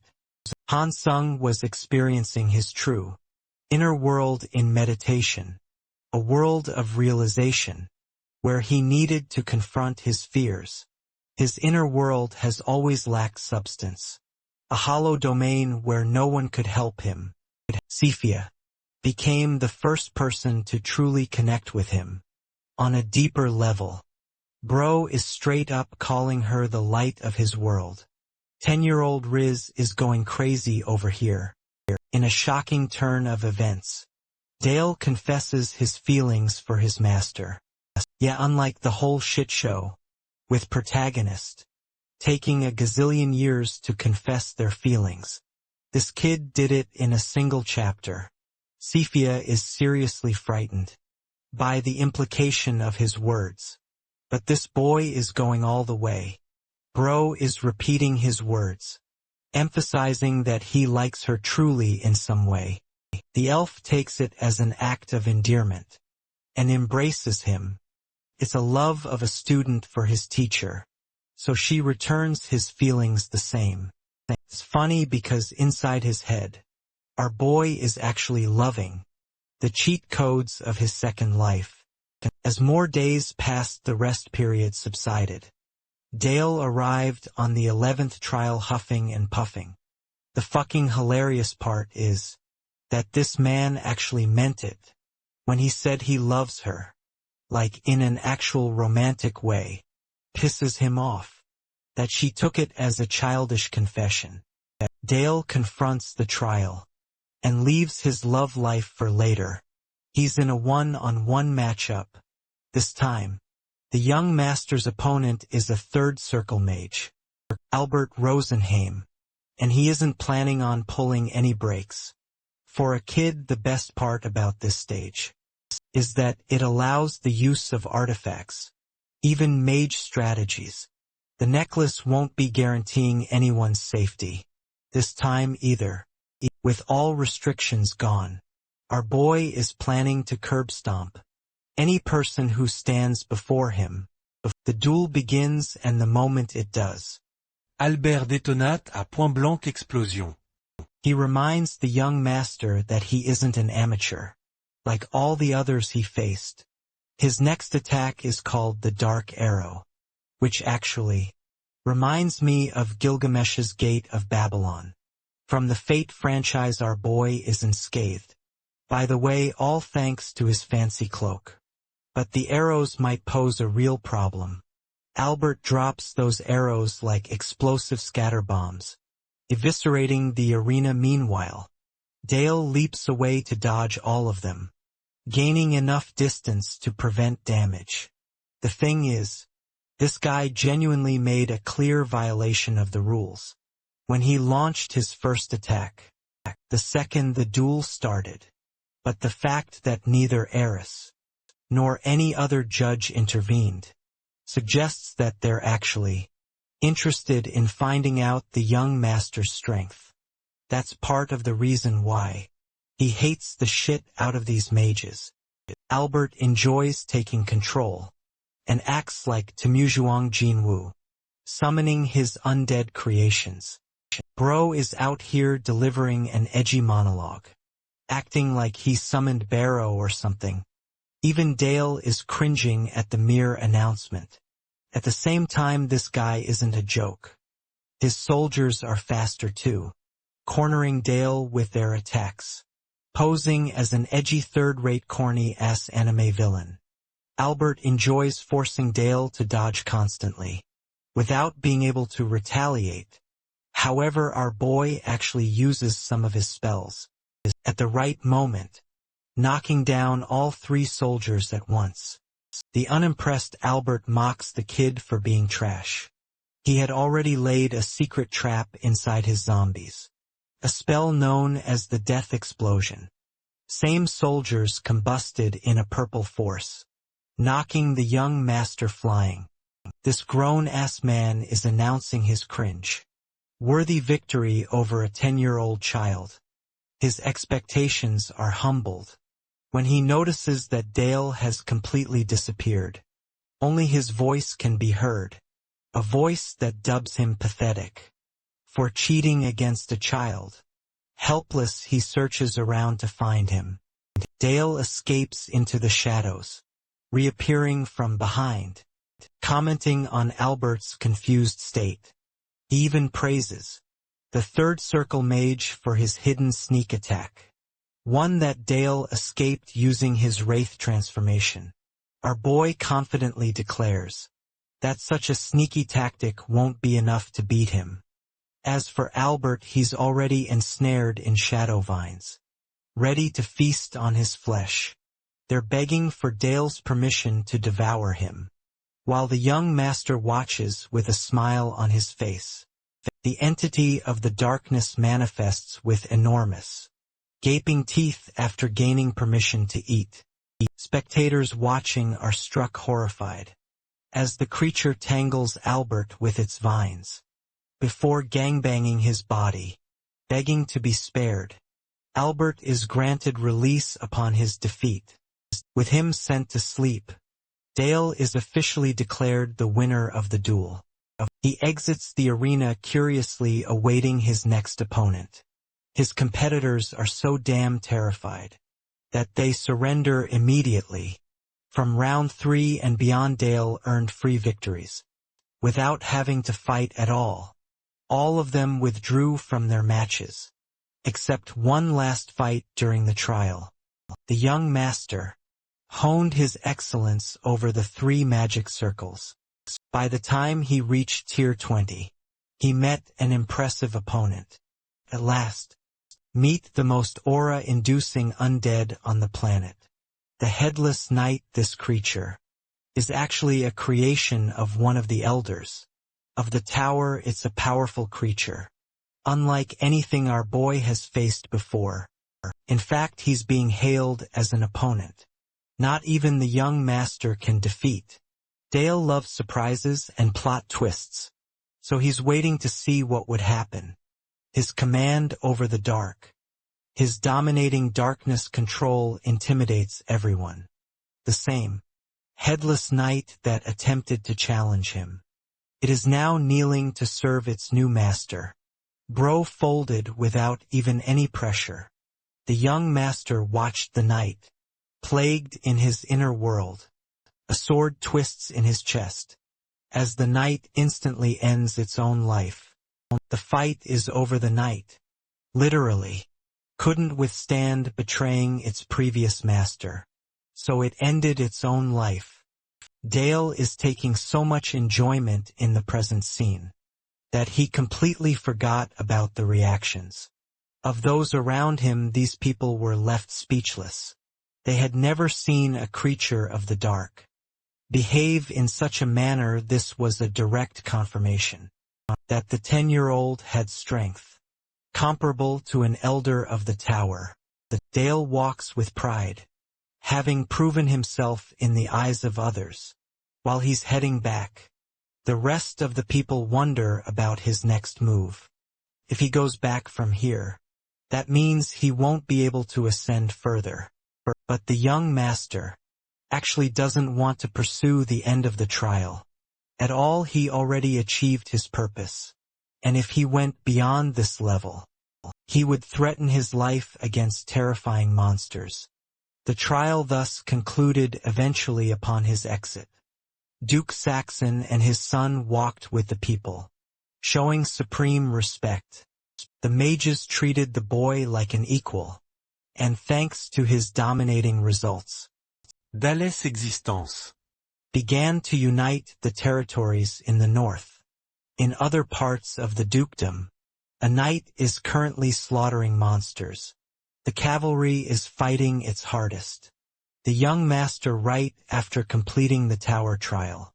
Dale was assigned command of an ORC extermination squad. To lead it was considered a duty complex, and well beyond the ability of a 10-year-old. But this kid was never doubted. Never even once they saw him as the rightful heir, the one who reunited the strength in the north. Bro was out here acting like Jon Snow or some shit. After the mission, Dale returns to his father, revealing that they had slaughtered nearly 150 orcs. As for the casualties sustained, there were none except for minor injuries. Boggled the Duke questions if the boy used magic to help aid them, but Dale denies any such usage. Instead, he credits the cavalry for their swords in defeating the monsters. Proud, the Duke praises his son, while Commander Helmet is seriously impressed by the 10-year-old's ability to command.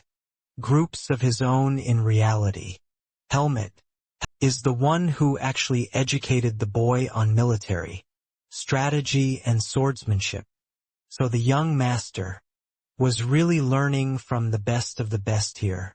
Helmet realized that it wasn't going to be long until they fought proper territorial wars. The thought of these wars excited Dale, who wanted a new challenge for himself. It's been a while, so let's revisit Charlotte's progress. Who is faster than ever in fighting our boy? The rapier wielder's precise strikes are harder to dodge. But Dale capitalizes on his chances to retaliate. She still defends properly, while Dale overwhelms her with a flurry of charges. Even in his straightforward charge, her sudden stab surprises him. Charlotte's fighting abilities improved fast, but she still thought she was inferior to him. He is currently a third circle mage, someone who even crossed the 20th tier of the tower. People championed the achievements of the young master, to the point even Charlotte got tired of hearing all about him. Dale laughs and assures the blonde young lady that her time will come. She's destined to become stronger. In fact, she was impressed by him already, compared to the normal 10-year-old. Charlotte took it as a demeaning remark, and didn't like the fact that he treated her like a kid hilariously. Dale admits to her that he's already an adult, something she takes as a light joke. Post-training, our boy shares a table across from his uncle. Sir Helmet teaches him a new tactic, called the hammer and anvil. During battle between two forces, the cavalry force's objective is to tear through the enemy's surroundings, in order to corner them from every direction. The infantry in this case defends the attack. The hammer and anvil tactic earns its name because it relies heavily on the cavalry's offensive ability. Meanwhile, Dale internalizes the similarities of war in both worlds, interrupting their lecture. The young master asks for an update on Charlotte's training. This gets the knight thinking for a response. Even though she doesn't hold a candle to Dale's talent, on her own she's a force to be reckoned with. Having established her foundation, she is on track to inherit aura cultivation. But there is one major concern in all of this. That Dale already knows what his uncle is talking about. It has to do with Charlotte's rapier style, compared to their cavalry's swordsmanship. You see, mages are supposed to refine magic circles, but knights refine via cultivation techniques and aura. Mages create magic towers. Knights form orders by passing on techniques. The black cavalry of Noir can be compared to war chariots. Their main combat style is to crush enemy forces in any battlefield, relying heavily on raw firepower. That's the issue, because the girl's sword technique relies on speed. Instead of strength, her sword is flexible and free. But thanks to her talent, she might make it among the ranks of the 7 sword masters, but won't go much farther than that. She won't ever compare to the caliber of the first sword, the strongest man to ever hold a sword, the divine knight Bardel himself, Charlotte's father. Unfortunately, the lost art of the Sword of Blossom is no longer with them, but it fell upon the fall of the Night Nation. During the war, Dale wonders if it has truly been vanquished from this world. After this discussion, the young master's training received a kick-up in difficulty. He had to balance multiple responsibilities, and his reputation grew because of it. Finally, the important hour had come for him to demonstrate the fruits of his progress.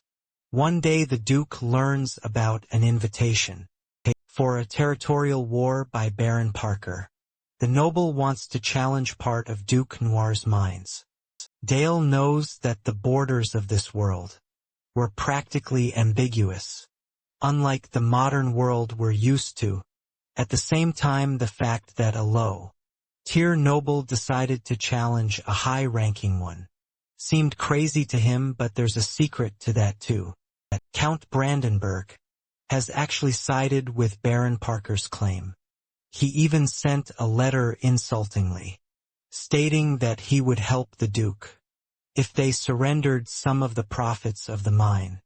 Dale is ticked off and ecstatic that this idiot hasn't yet forgotten about the humiliation ritual he received by his father that day. The young master is thrilled to give Brandenburg a proper reminder again. Since the day of his humiliation, it was difficult for Brandenburg to digest the humiliation, so instead, he chose to settle the affair using another low noble, beefing with the Duke. Disgusted, the young master volunteers to command this battle via the knights, only to be met with immediate refusal by his father. The Duke thinks the boy is far too inexperienced for this fight. In fact, he even scolds Dale from saying foolish things, because a conflict between people was much different than one with monsters. Next, the Duke assures Baron Greenbelt that he will offer protection of his territory. Be that as it may, our boy is saddened by the refusal. Later that day, he exhausts himself in front of Sir Helmet, wondering why his father thinks he's incapable of handling a mission like that. Helmet advises him not to pay attention to the Duke's words, because he must have his personal reasons for doing this. Aside from that, the Knight Commander has brought a gift for the boy. It's a chessboard. We're about to create the next Magnus Carlsen here. Folks, the funny thing is, this game is different from the game of chess that Dale is familiar with. In his previous world, it's called a war game, and it relates to strategies in actual warfare. Helmet knows that it's got a bunch of complicated rules. He intends to teach the boy all of them, but the young master quickly grabs it and runs off. Dale's mood shifted from sadness to excitement. He brings the board to his father. The goal: he's gonna face him in a game of strategy. And if Dale wins, he's gonna lead the territorial war for their family. The boy is rebellious, even after the Duke told him to stay out of the affair. Dale argues that war is a clash of minds, instead of a test of strength. That's why he wants his father to evaluate him thoroughly in a single match. The invitation is bold. Sir Helmet jumps in and wants to de-escalate the situation, but the Duke suddenly stops him. He actually accepts Dale's challenge, earning his smile, and if his son loses, he won't participate in the war. Game of strategy between the two begins. Helmet watches them exchange blows against each other. His face literally drops in shock. Upon Dale's ultimate victory, who has cornered the Duke in the game, even though the Duke actually handicapped himself with some of his pieces. It's impressive enough that Dale managed to win 2 matches against his father. Now that he's won, the young master earns the right to participate in the territorial war. He even reveals that he learned about the game many years ago by studying it in a library. But this was a clear-cut lie. Dale didn't know a damn thing about it. But it's the only way he could have salvaged this situation without appearing strange. With his defeat, the Duke intends to keep his promise, rewarding his son with full control of the knights in the upcoming fight. Even Sir Helmet thinks this is too much. Despite the outcome, Dale's father reminds him that he won't accept the prospect of defeat. That's why he asks his son one last time if he's truly prepared to face the upcoming war. The young master loudly assures that he'll prove his words. His father anticipates great progress from him. Time passes, As we arrive at the quarters of Count Brandenburg, he's roaring at the top of his lungs, after hearing that the young master will lead the knights of his house. Here's when we get to see his son, who is a drunk dumbass bro, is the definition of being smooth-brained. As the eldest son of Brandenburg, he assures his father victory against the brat of Saxon. Slamming his fist on the table, the count scolds his wasted sperm of a son, that this kid is way beyond a 10-year-old brat. In fact, he's a monster, who far exceeds the likes of an idiot like him. Brandenburg is seething on the inside, regretting his inability to secure Charlotte sooner. He does, however, put his son in charge of the knights, for the battle to come hilariously. He also reminds Philip that he won't be participating in the fight himself. The real leader will be Sir Milvis. Behind the scenes, the only pathetic spot for Philip will be to stand there and look pretty. With that settled, he instructs Sir Milvis to take his whining son away.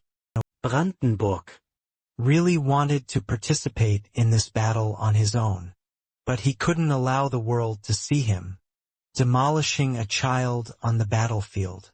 He knows damn well that Duke Saxon cooked up this strategy for a reason. A few more days passed, and we arrived at Baron Greenbelt's territory. This dude is looking like he's seen a ghost. It's because his savior has arrived, in the form of the young master, instead of the help his father promised them. Some of the Baron's knights, insultingly, wonder if the boy is capable of wielding a sword. So Baron Greenbelt laughs off his fears, greeting the young master properly, but deep down he's shitting his pants, terrified that his saving grace is going to be a mere child leading an order of knights. Greenbelt welcomes the boy inside, but the kid refuses such an offer. Greenbelt is stunned by this refusal, as the young master raises his sword and puts it against the Baron's neck. Dale states that he wants to personally inspect the strength of Greenbelt's forces beforehand, so he cheekily demands a duel with the strongest soldiers under his belt. One man's voice shouts among the group. A red-haired warrior is arrogant to boast his undefeated duel record, but inside he's actually dying to teach the kid a lesson in humility. Dale shoots him a glare, withdraws his sword from the Baron's neck, and admits that the soldiers of Greenbelt severely underestimate his strength.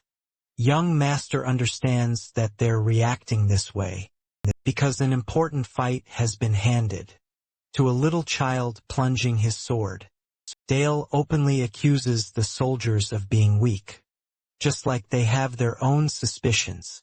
So does he. The only way to resolve their concerns is through a fight, and our boy is dying to face off against the so-called strongest knight when it's crystal clear that the same punk is drunk to the brim. His words hurt the man's pride, so he quickly draws his sword to meet the boy's challenge. Habakkuk of Greenbelt intends to fight for his Baron's honor, which is the perfect invitation for Dale. Seconds after they're winding up for their duel, Dale wonders if his opponent has heard any rumors of his strength. In battle, Habakkuk surprisingly admits that he already knows about the young master's capabilities. But that's the interesting part, because it makes our boy wonder why this guy is even confident to begin with. He suspects there's a secret weapon up this guy's sleeve.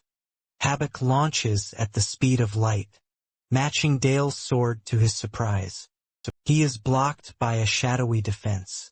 The knight goes strictly on the offensive first, while Dale is forced in a position to dodge. From the immediate blows, our boy can sense absolutely no aura coming from this guy's weapon. But that's normal because not a lot of knights are capable of using that kind of power. To begin with, at the same time, Dale wants to retaliate with all he's got, so he invokes the power of shadows, expunges the night in a field of black.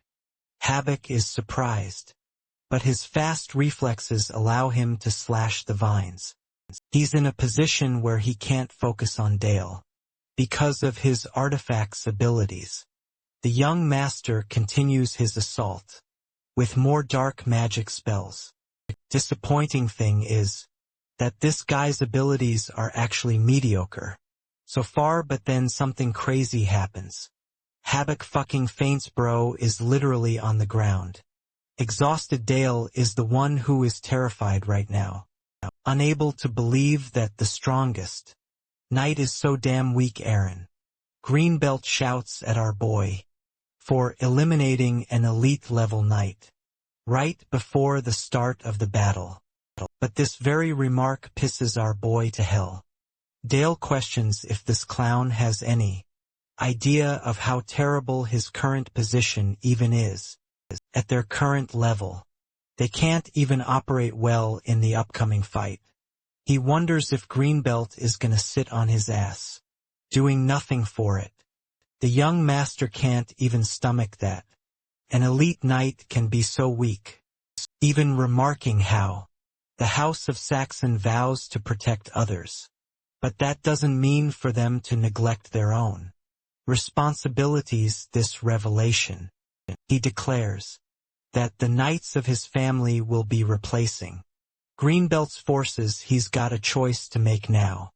The Baron could either follow him, or he could choose his own destruction. The rest of the knights quickly got on their knees, swearing loyalty to Dale's leadership. In the next scene, we're brought back to the House of Saxon. Lady Elena is out here, worried sick for her child's safety, while the Duke assures her that things will be fine because of their talented son. Dale's future looks so bright that the Duke can already guarantee his success. In the future, Bro thinks his child is gonna rule the world. But currently, the kid is having a headache of the 9,000th level. He thought the people outside the duchy would be just as brilliant as him. But as it turns out, they're just a bunch of weaklings. Then there's the Holy Knight, who definitely knew about the state of the Greenbelt barony and intentionally suggested it as a target. The following day, Mr. Elite Knight Havoc is carrying a gigantic boulder, begging to stop training. But the Knights of Noir are not quite done. They're molding these weaklings into capable soldiers for the upcoming battle. Havoc is such a bitch that he complains endlessly. Dale instructs Surveil to focus on teaching these clowns from the ground up. He also wants a messenger to enter the Perker barony to forward negotiations. Dale is actually uninterested in last-minute peace terms. It's just that a part of him is dying to see Brandenburg's shitty face. Before the fight, Dale's people worked fast. They established a secure negotiation site, located at the border between the warring baronies. Inside the agreed-upon location, Dale patiently awaits. By his estimation, this whole thing will come crashing down in a few weeks. At most, the Knight Order of Saint Magdalena had already embarked on a long-distance march, covering half the continent.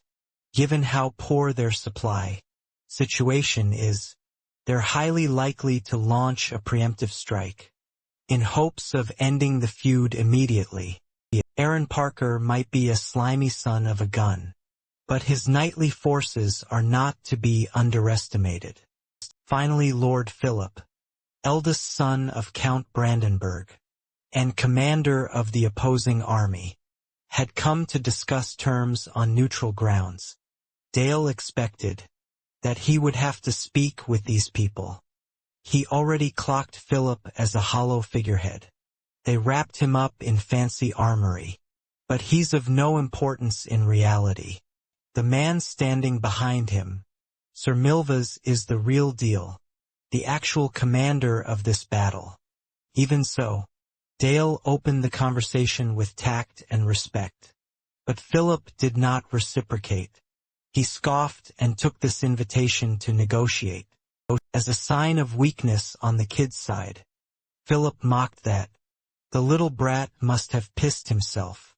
In the face of a real war between men, maintaining his decorum, and ignoring the blatant insults, Dale asked the fool why he agreed to open a dialogue on neutral grounds. When Philip tried to answer, and waste more of his precious time, Dale implored the pisshead to shut the hell up and let the real ones do the talking. Dale won't be addressing the puppet, shoved into the role of the battle's figurehead. He wants to have a productive conversation with the real commander instead. Sir Milvas the pure sword. They were careful not to leak any info, but Dale read their hierarchy like a book. If you have half a brain, it's easy to figure this out. The holy swordsman would never entrust command of an entire battlefield to a dud with not even the slightest shred of talent. Knowing Philip, Milvas tried to defuse the situation before. The pisshead's insecurity cost them dearly. The fact that Count Brandenburg considers his son a disgrace is a secret, known only to a handful of inside men. Yet here's a kid effectively rage-baiting Philip. Using insider information, Dale smugly asked Philip how it felt to be Daddy's little punching bag. His whole life, Commander Milvis finally asserted that negotiations are over. They no longer have any reason to continue. Disrespectful discussion. Philip wanted so badly to let emotions take over and clap back, but he could not find the words. All he could do was sit there and fume. Dale knows that he can keep poking and rage-baiting. He asked if the so-called commander, Philip, needs permission from his babysitter to speak. The way he lowers his head to receive orders from a soldier boy makes him look like a slave. Perhaps that's befitting of the firstborn of a count's house. Nowadays, by the way, Dale sees Philip's arrangement. It's like a dog putting a leash on its master. Milvis tried to keep Pisshead calm and reasonable, but it was too late. The rage bait was way too effective. Philip has been brutally humiliated, and he wants to feel like a big man again. Dale simply sat back and relaxed, while the hollow commander chewed out the real one.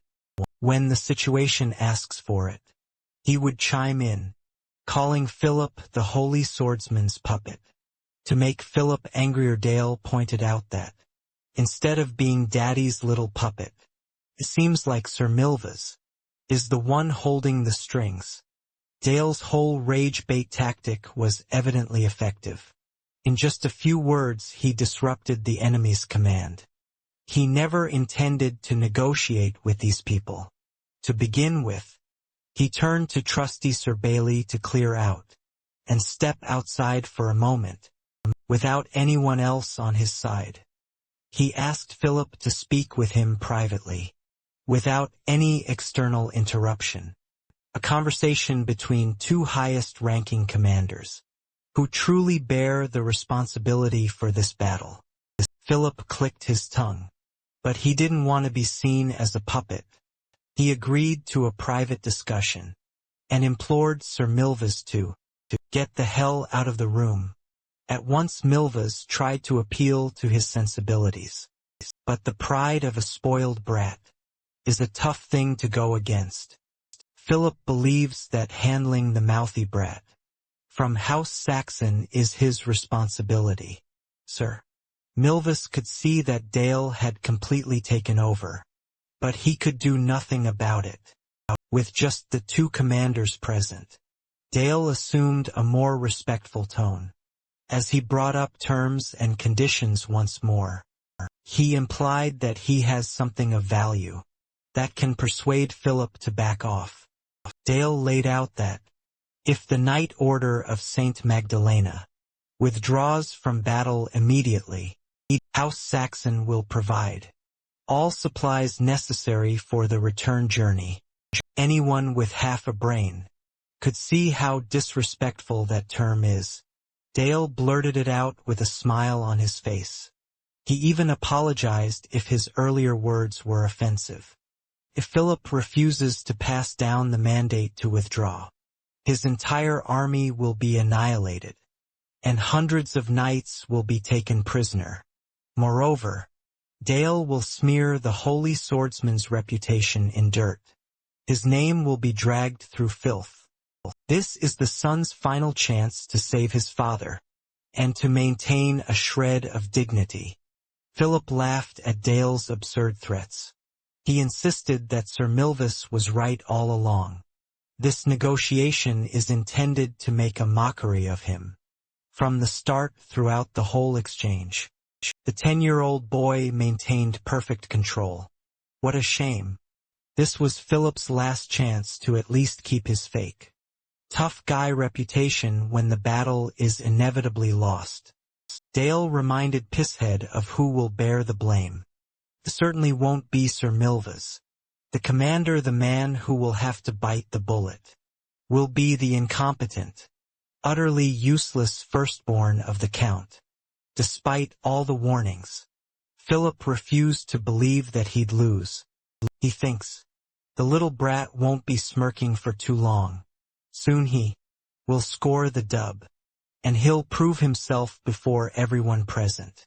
Dale could only hope this guy could keep his confidence for as long as he could, as expected. The negotiations collapsed shortly after. Dale returned to the Greenbelt barony. From a hidden watchtower, Sir Milvis kept an eye on the enemy's movements. They just confirmed that the Knights of House Saxon have begun mobilizing. Milvis is a veteran of many battlefields.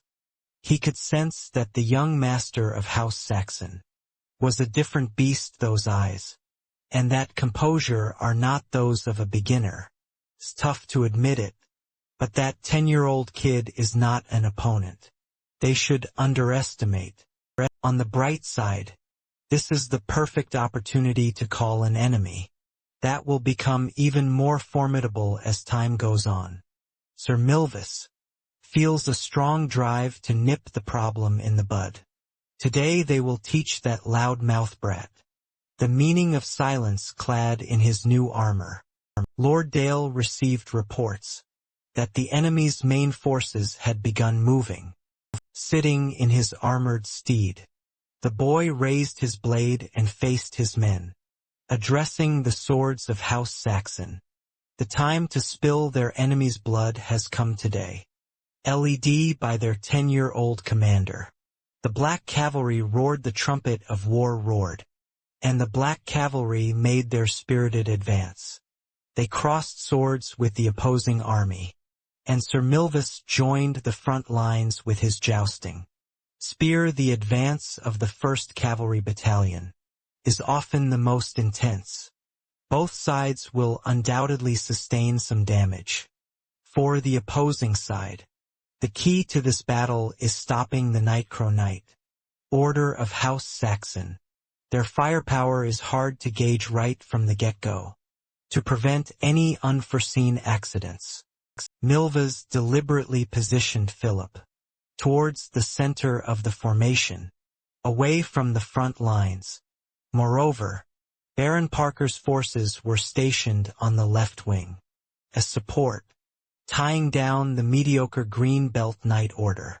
During that time, Sir Milvis will lead Count Brandenburg's elite troops to strike the Nightcrow Knights from the flank, with the center and left wings containing the enemy assault. He should have a clear shot forward, with a straightforward strategy. In the heat of the battle, his experience shines in keeping morale high. Surrounded and suffocated, the Night Crows immediately felt the heat, given that their supporting troops were tied up. Elsewhere, the knights who were adept at horseback combat clashed. From the looks of it, elite forces on both sides are evenly matched, sticking out like a sore thumb. In the middle of the battlefield, a little boy with dark hair LED from the front.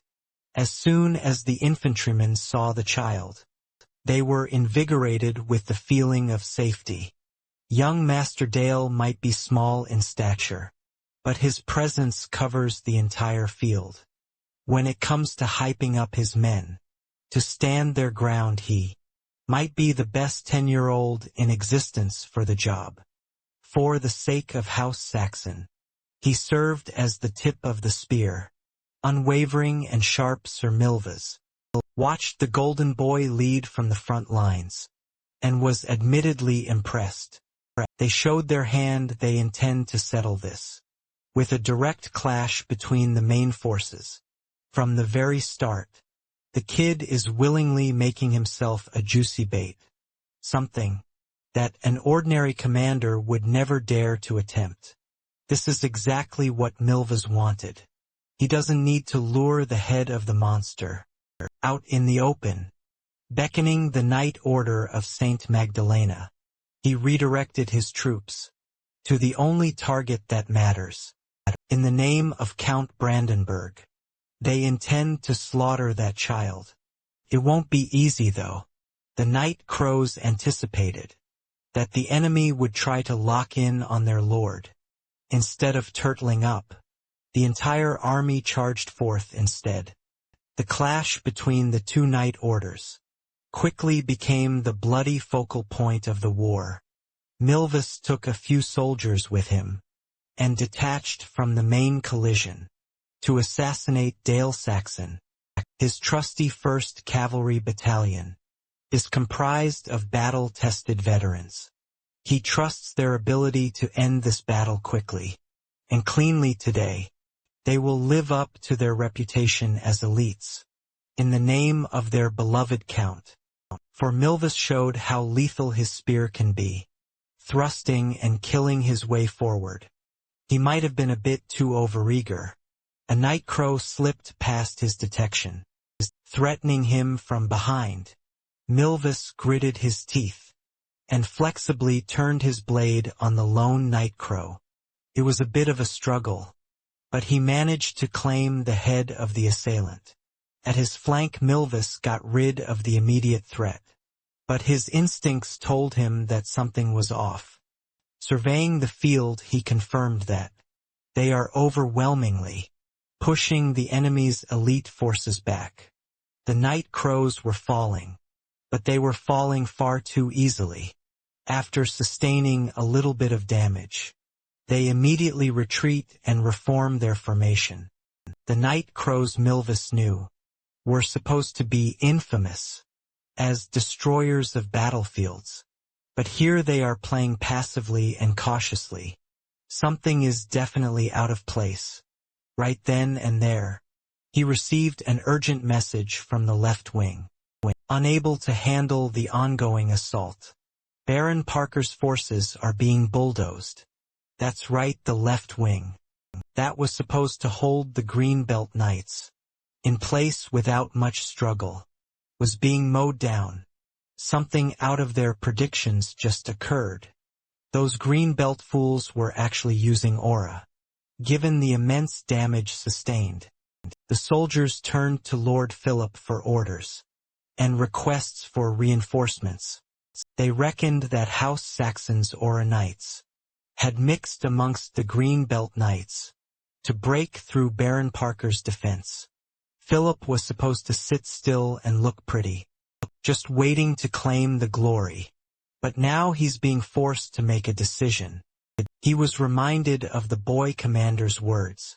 When this battle is lost, the one who will bear the blame will be the incompetent and utterly useless son of the Count. Before he could have the chance to mess things up, himself a messenger from Sir Milvas arrived. Milvas strongly recommends merging the center and rear cavalry with the left wing to reinforce defense. Philip's pride and Dale's mind games kicked in.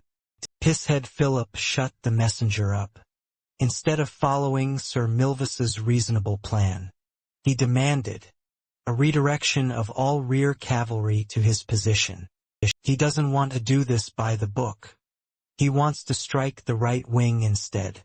Pisshead believes that, before Baron Parker's left collapses, he can and he will kill that damn Saxon brat first. Sir Milvis received word about Philip's dumbass plan, and he felt his blood run cold. He clearly ordered the left wing's bailout. But the worthless brat wanted to play hero, putting the lives of countless knights in jeopardy. Their right wing is already pushing back. The enemy's weakened left wing, additional reinforcements, will only serve to clog up their movement and reduce efficiency. But Pisshead Philip is blinded by the thought of striking the enemy. Commander down, he thinks he's an invincible hero, ignoring all calls for aid, leading to a catastrophic misjudgment. At this rate, the left wing will completely collapse without help, and the main force will be surrounded. Not long after, knowing the inevitable collapse of their formation, most of Milva's officers demanded a retreat order, thinking that he could still salvage the situation. Milva stood his ground and refused. He believes that the battle is still winnable. Just like Philip, he's blinded by the desire to crush the child. Commander himself. The kid's eyes are so certain of victory. It was sickening. In the name of the 1st Cavalry Battalion, Sir Milvas roused his men, putting their faith in their longtime commander. They awaited their new command. In the middle of the battlefield, they all prayed and asked for Saint Magdalena's blessing. They put their lives on the line, protected by Goddess Sistina and the sister goddesses. From this moment, Sir Milvas intends to break through the enemy lines and take Dale Saxon's head. They raised their blades and followed Milvas with blind faith. Look at these grown-ass soldiers chasing after a kid. What happened to shame and honor, dog? Meanwhile, Dale is just letting them catch up, little by little, deviously luring them like moths to a flame. On the front lines, an inferior commander's field of vision is always quick to narrow. The weight of war and anxiety can cloud one's judgment. Calmly and slowly, he summoned a bow made of ice and loaded a frozen arrow. Even Sir Milvas, someone with a lot of notches on his belt, cannot escape the mist that dulls a commander's senses. Looking at how surprised Milvis was at the sight of the bow, Dale jokingly asked if this was his first time seeing magic in action. He released the frozen arrow, letting it fly and hit the target. Instead of directly piercing Milvis's flesh, he deliberately shot the horse. One of the knights was riding. With the horse out of commission, the knight fell on the ground head first. Everybody heard the gnarly crack. It's rare for specialized archers to fire with that kind of accuracy while riding at full gallop. Yet a 10-year-old boy pulled it off like it was nothing. In addition, the spell itself was impressive. Without some serious combination of mounted combat, skill and archery, imitating that level of skill is pretty much impossible. Dale wasn't done yet. One kill wasn't enough. From afar, he activated the old bread and butter and tapped into his 3rd circle. He summoned a thorny wall of ice, putting a dangerous gap between him and his pursuers, with the ice wall blocking their path. Milvas and his men were forced to grind to a halt. This also served as a signal for the next phase of Dale's plan. All his hidden troops jumped out of hiding to counter-attack, motivated by the burning desire to protect their young master. The night crows poured out from all angles. If need be, they would lay their lives out to shield the young lord. With momentum on their side, and the element of surprise bolstering their offensive, The night crows pierced through Saint Magdalena's first cavalry. Milvis realized that he had just led his boys to their demise. Like a fool, he could not believe that a little boy outmaneuvered him in a war zone. Those night crows were just biding their time for a perfect reversal on top of his blunder. Pisshead Philip also made the worst possible move. That son of a bitch is currently getting more and more soldiers killed. Because of him, the center forces have been overcrowded. On the right flank, the entire front line is now grotesquely twisted out of shape, unable to function as one unit. Sir Milvas was left with only one viable option, one that is equally reckless and high risk. With only his blade and horse, he attempted to bypass the wall of ice, separating him from the golden boy. He might have committed blunder after blunder, but Milvis is still a competent fighter. On his own right, confronting Dale in a one-on-one setting, he truly believes that he could turn the tide of war by sniping the commander. The kid just looked at him with the same confident, smug smile at the end of the day. Sir Milvas was outplayed and outmatched, even in single combat before the sunset. Milvas and the remnants of his cavalry were put in chains. On their knees, little Dale Saxon looked a lot bigger. Dale only pulled off such a clean victory thanks to Milvis's bad habit of overestimating the power of his Oronites. The battle doctrines that the Knight Order of Saint Magdalena has piled up are sometimes their most fatal weakness. Dale can still remember the jailer who watched over him in his previous life, the holy swordsman who led that very Knight Order. Whether he liked it or not, he ended up seeing a great deal of how the Saint Magdalena Knight Order operated. While he was captive, he came to know them as clearly as if he were looking at his own palm. Finally, word about Baron Greenbelt's victory on his side of the field reached Dale, commander of the left wing. Baron Parker has also been captured. Dale made sure to twist the knife in Milvis's chest by pointing out how Philip messed everything up. From the very beginning, every piece of the trap was perfectly set and sprung. He modestly added that the battlefield is a chaotic mess, and no one can perfectly foresee what's to come. But in repeated chaos, those who end up courting their own demise only have their own foolishness to blame. In accordance with the great traditions of the Empire, Dale is open to showing mercy to those who beg for their lives for the price of a few gold coins. The 1st Cavalry is a prideful bunch. They immediately protested and refused to buy mercy. They would rather die than lower their heads. Since they wanted to go down this route, Dale snapped his finger and casually killed one of the prideful cavalrymen. After setting a grisly example, he directed his questioning to Sir Milvas. As expected, Milvas lowered his head and bent his knee to the victor. The commander had given up, despite his men's dissent. He did not lower his head in fear of death. He's a soldier through and through. Dying on a battlefield would be an honor. Milvis wanted to survive this ordeal, so he could warn everyone else of how truly dangerous Dale Saxon is. In an act of preservation, he commanded his men to lower themselves onto the victor. In accordance with the Empire's traditions, they will surrender and demand proper treatment as prisoners of war, since they'll go as far as kneeling to beg for their lives. Then no further provocation will matter, right? Nope, Dale wasn't about to let some old Empire tradition absolve these guys of their sins.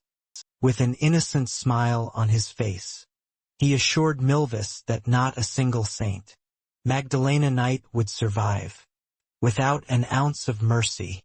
He passed on the order to massacre everyone. Even the warriors of the Night Crow Night Order momentarily gasped at their young lord's words. By imperial custom, captured knights should be released upon payment of their ransom. Even so, their master's unyielding voice was law. What proceeded next was a helpless massacre. This solidified the absolute loyalty of the Knights of Saxon. In this field, one man ultimately brought about his own ruin. Refusing to go down pathetically, Milvas grabbed a nearby blade and tried to swing at Dale. Before he could get close enough to attack, a blade stabbed him from the back, halting his beating heart. The Night Crows were ready for any dirty moves. Dale was never in any real danger. As his life slipped through his fingers, Dale left Sir Milvas with a chilling message. Kid asked him if he remembered the hero's death. Dale remembered seeing this man's face. The night it happened, Milvas was present when Brandenburg betrayed him. This guy stood there, smugly, when his lord drove that sword into his back. So Dale once again implored Milvas to remember his death. All those years ago, in his final moments, Sir Milvas was struck with a terrifying thought. Did this monster really claw his way back to life? To answer that terrifying possibility, Dale activated his shadow cloak and devoured Milvas. This was just the first part of his sweet revenge. More blood will spill. Only now does he feel even a little bit of relief. Meanwhile, Pisshead Philip is slowly losing his position. On the right wing side, the men he forced to follow him were dropping like flies when he came to his senses. The battle was already irrevocably lost. His cavalry was utterly crushed, and he just received word that Sir Milvas and the Oronites have been killed. The left wing was breached and crumpled. Long before that, black cavalry had encircled the main force. He could not shake that kid's gaze and mocking smile. While Philip was having a mental breakdown, his officers were practically begging him to make a decision.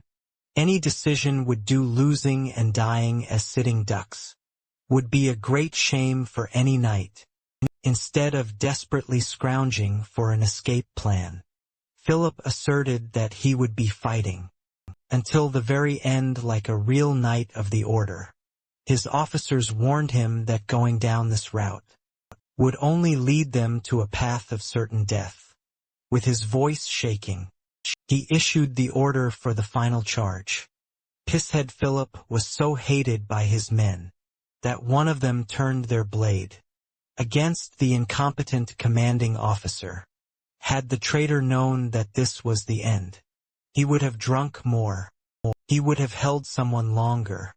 He wanted to die of old age in a bed. Not on a battlefield. He's not built for this shit. Back in the woods, where the massacre had just concluded the night, crows cheered for their young commander. Everything went down according to Dale's plan. Even Philip was captured alive and was dragged to Dale's feet to answer for his foolishness. When put in such a humiliating position, the spoiled firstborn of the Count still held on to his paltry pride. He claimed that Dale might win, and the cavalry might break, but they would never be defeated. It's a pretty convincing line for someone who ran away in an attempt to save his own skin.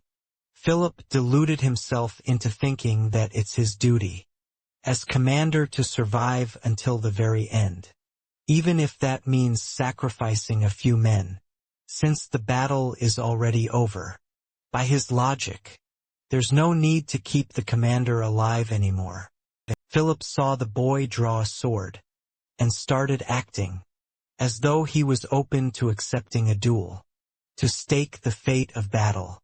In a one-on-one clash, Officer Bale almost beheaded the dumbass right then and there, but Dale found it amusing just to see what kind of bullshit Philip would try. Dale permitted the so-called duel. The bastard smirked upon having his way. He thinks he found a loophole to ensure his safety, and claim glory without waiting for a proper start. He bum-rushed Dale. Everyone saw his awful running and drawing form in full display. He was really pleased with his tactic. He was patting himself on the back for being so clever. If he can just slice the brat's neck open, he could turn the tide of this lost war. Dale did not even bother lifting a finger. He just let the shadows under his cloak do the heavy lifting. As soon as it touched Philip, the shadows left a burning wound. It was a tiny injury, but it made the spoiled noble roll around the ground, like it was the end of the world. One tiny wound was all it took to make him beg for his life. Dale thought he would have some entertainment for a while, but Shitlip was more pathetic than expected. And so the war, which had been so loud and grand, ended with the laughable screams of the Count's son. Dale returned home to a hero's welcome. They held a parade with all the festivities for young Master Dale's first war. Word about his successful execution of the ultimate encirclement and annihilation formation against the Knight Order of Saint Magdalena quickly spread. Most people were enamored by his exploits, but a loud minority thought that the amount of blood spilled in battle was awful. People of the church posited that the gods would have hated all the unnecessary bloodshed. Cardinal Nikolai of the Goddess Sistina Church hinted that the child's blade is pointed at the enemy for now, but that might not be the case tomorrow. One day that viciousness might target its own people. After the long parade, Dale went straight back home. Welcoming him was his little sister Liz. She jumped straight into his embrace. Little Liz missed her big bro a lot. Uncle Helmut was there to offer proper congratulations on his victorious first battle. Liz led him by the hand, not letting big bro slip away again. Charlotte and Master Cephia quietly watched from the sidelines. As a filial son, it's customary for Dale to pay respects to his parents. As a representative of Noir Tower, he was pumped to formally report his W to the Duke. The Duke Saxon gave his son some much-deserved praise. For such a splendid job, Sir Bale also got his flowers for guiding the young commander well. Mom, on the other hand, was just relieved that her little boy was finally home. She implored Dale to get some rest after everything he had just gone through. Dale was just glad to be back home. It's been months since he was last back here, in the Saxon Duke of Castle. Nothing beats coming back to a real home. On the flip side, Count Brandenburg was feeling the polar opposite of joy. Instead of a hero's welcome for a victorious army, only 2 crippled knights came back home, and that damned, incompetent son of his was nowhere to be seen. They fearfully reported what happened: the defeat of the Saint Magdalena Knight Order, the death of Sir Milvas, and the capture of Master Philip. Hesitantly, they also had to explain to the Count that Dale Saxon demanded an enormous ransom for the safety of young Master Philip. Basically, these two suffered a crushing defeat and shamelessly ran away with their lives intact. The holy swordsman was not pleased. If there's one thing he hates, it would be filthy deserters. To assuage his anger, Brandenburg ordered the survivors to be dragged to the basement dungeon, where they could beg for the sweet release of death. Instead, the battle, later dubbed the Black and White turning point, was inevitably exaggerated in the people's retellings. After that day, Dale, who showed not a shred of mercy to his enemies, became known as the Black Young Master. By his 11th birthday, his name was already known far and wide. This year his father wanted to give his dutiful son a special gift. At the official ceremony of his birthday, he will be officially appointed as a Viscount of the Saxon ducal territory. A Viscount is a position that can exercise authority as a lord's representative. With this, his father is essentially giving him free rein, equal to the head of the house. With utmost respect, he extended his gratitude to his dad. It may be a bit sudden, but he wants to invoke his right as the new Viscount for something he wishes to do. People are going wild with stories of his cruelty, alleging that he did not allow a single prisoner to live. Some bad actors frame the story where the knights, armed with faith in the goddess, are mere victims of his inhumane methods. The church is slyly making moves already. In response to that, he wants to ask permission to depart on a pilgrimage to the papal state of Sistina. In that place, he can shoulder the weight of the infamy he had sown in person naturally. The Duke was skeptical. He wasn't too bought into his son's idea. Frankly, he can't understand why the kid would want to do that. As far as he's concerned, fear is a tremendous asset that cannot be traded for anything else. Yet Dale means to deny his own infamy, to cultivate favor with the church. He believes that the religious faction is worth building a relationship with. Besides, he has some other plans in mind. Like the Godfather, he's gonna make them an offer they can't refuse. While at it, he plans to get his hands on the forbidden grimoires. Inside the church a few days earlier, Dale was bothered by an uncomfortable feeling in his chest. In the middle of his slumber, he dreamt of a skeletal apparition, demanding to be remembered. It was the ghastly personification of his old life. Doesn't want to be forgotten. Memento mori, a reminder of death. As someone who's been through that process once, his connection with death is stronger than most. That night Dale woke up huffing and puffing for air. His head felt like it was being split open. That nightmare just now was akin to the abyss of the mind. It was the darkest scene he saw within his own mind. World. When he forcefully opened it to form the third circle. The practice of controlling one's inner world and honing it can be considered both the beginning and the end of a mage. But here he is, tormented by loneliness and night terrors, because of his own demons. One thing is for sure, he's still lacking in many areas. To fully control his mind, world greater power is necessary. Knights have their blades by their side. A great mage is supposed to have a grimoire at their side. Although the Duke doesn't fully understand his reasoning, Dale was given the pass to embark on yet another journey. Dale traveled light alongside Bale. Early on they passed by the area where the black and white turning point once unfolded. This is the place where the northern regions end and the central lands begin. The land beyond Duke Saxon's hand. For Baron Parker, who had been defeated by the hands of a young boy, only one choice remained. The men who survived and deserted the war have now resorted to banditry and thieving. Today those bandits chose the wrong caravan to rob.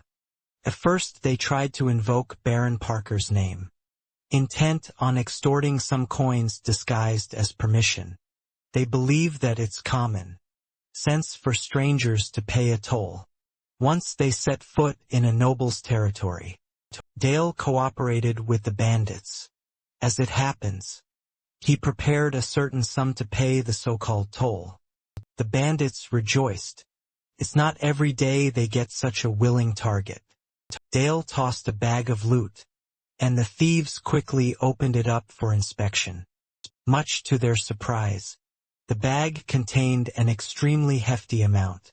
For a simple toll, since they've been so generous, The bandits let the caravan pass without a fuss. Of course that was just for show. As soon as they rolled a few meters forward, the bandits quietly pulled out their weapons. A few minutes later, Dale and Bale were stopped by a familiar scene. A new batch of bandits, working under Baron Parker's banner, smugly introduced themselves. This time the Baron himself had shown up. Parker repeated the script about crossing noble territory without paying a toll, and all that bullshit. Bale insisted that they had already paid the price just a moment ago. He also invoked that collecting a toll more than once in a single territory is illegal. As expected, the greedy bandits played dumb and claimed that they'd not been paid. They swore that they would follow the Empire's laws better than anyone instead of playing around. Baron Parker demanded that they hand over everything valuable, or they would experience the blade that survived. The famous black and white turning point. They're calling Baron Parker the hero who turned the tide. Hearing such a joke made Dale break character. He laughed his ass off. Upon hearing such a ridiculous claim, the young lord removed the hood, covering his face, and swore that he remembered the war very differently. As soon as the Baron saw the face hiding under the hood, a cold sweat ran down his spine. This was his first time seeing young Master Dale since that fateful day. Even though shit just hit the fan, the Baron Parker urged his men to calm down. There are only 2 people in the caravan. The bandits have the numerical advantage. Moreover, this is their turf. As long as they do everything correctly, this is a fight that they could win. Right first, the archers took aim and loaded up their arrows. Bale implored the young master to say the word, and he'll go sicko mode. Dale was in agreement that they should end the act here. Baron Parker must have forgotten what happened in that war. He still had the guts to fire at will. His archers were well trained. Their arrows sought to turn the young lord into a pincushion. Protecting his boss, Dale sprang into action and neutralized every single arrow, cutting them all in one slice. Since the young master gave the go signal, he was free to utilize his menacing aura to retaliate. The archers haven't even processed what happened to their arrows when the Aura Knight jumped in to wreak havoc. Bale's blade sliced through one of the archer's arms, like a hot knife through butter. But without flinching or blinking, he locked in on the next target.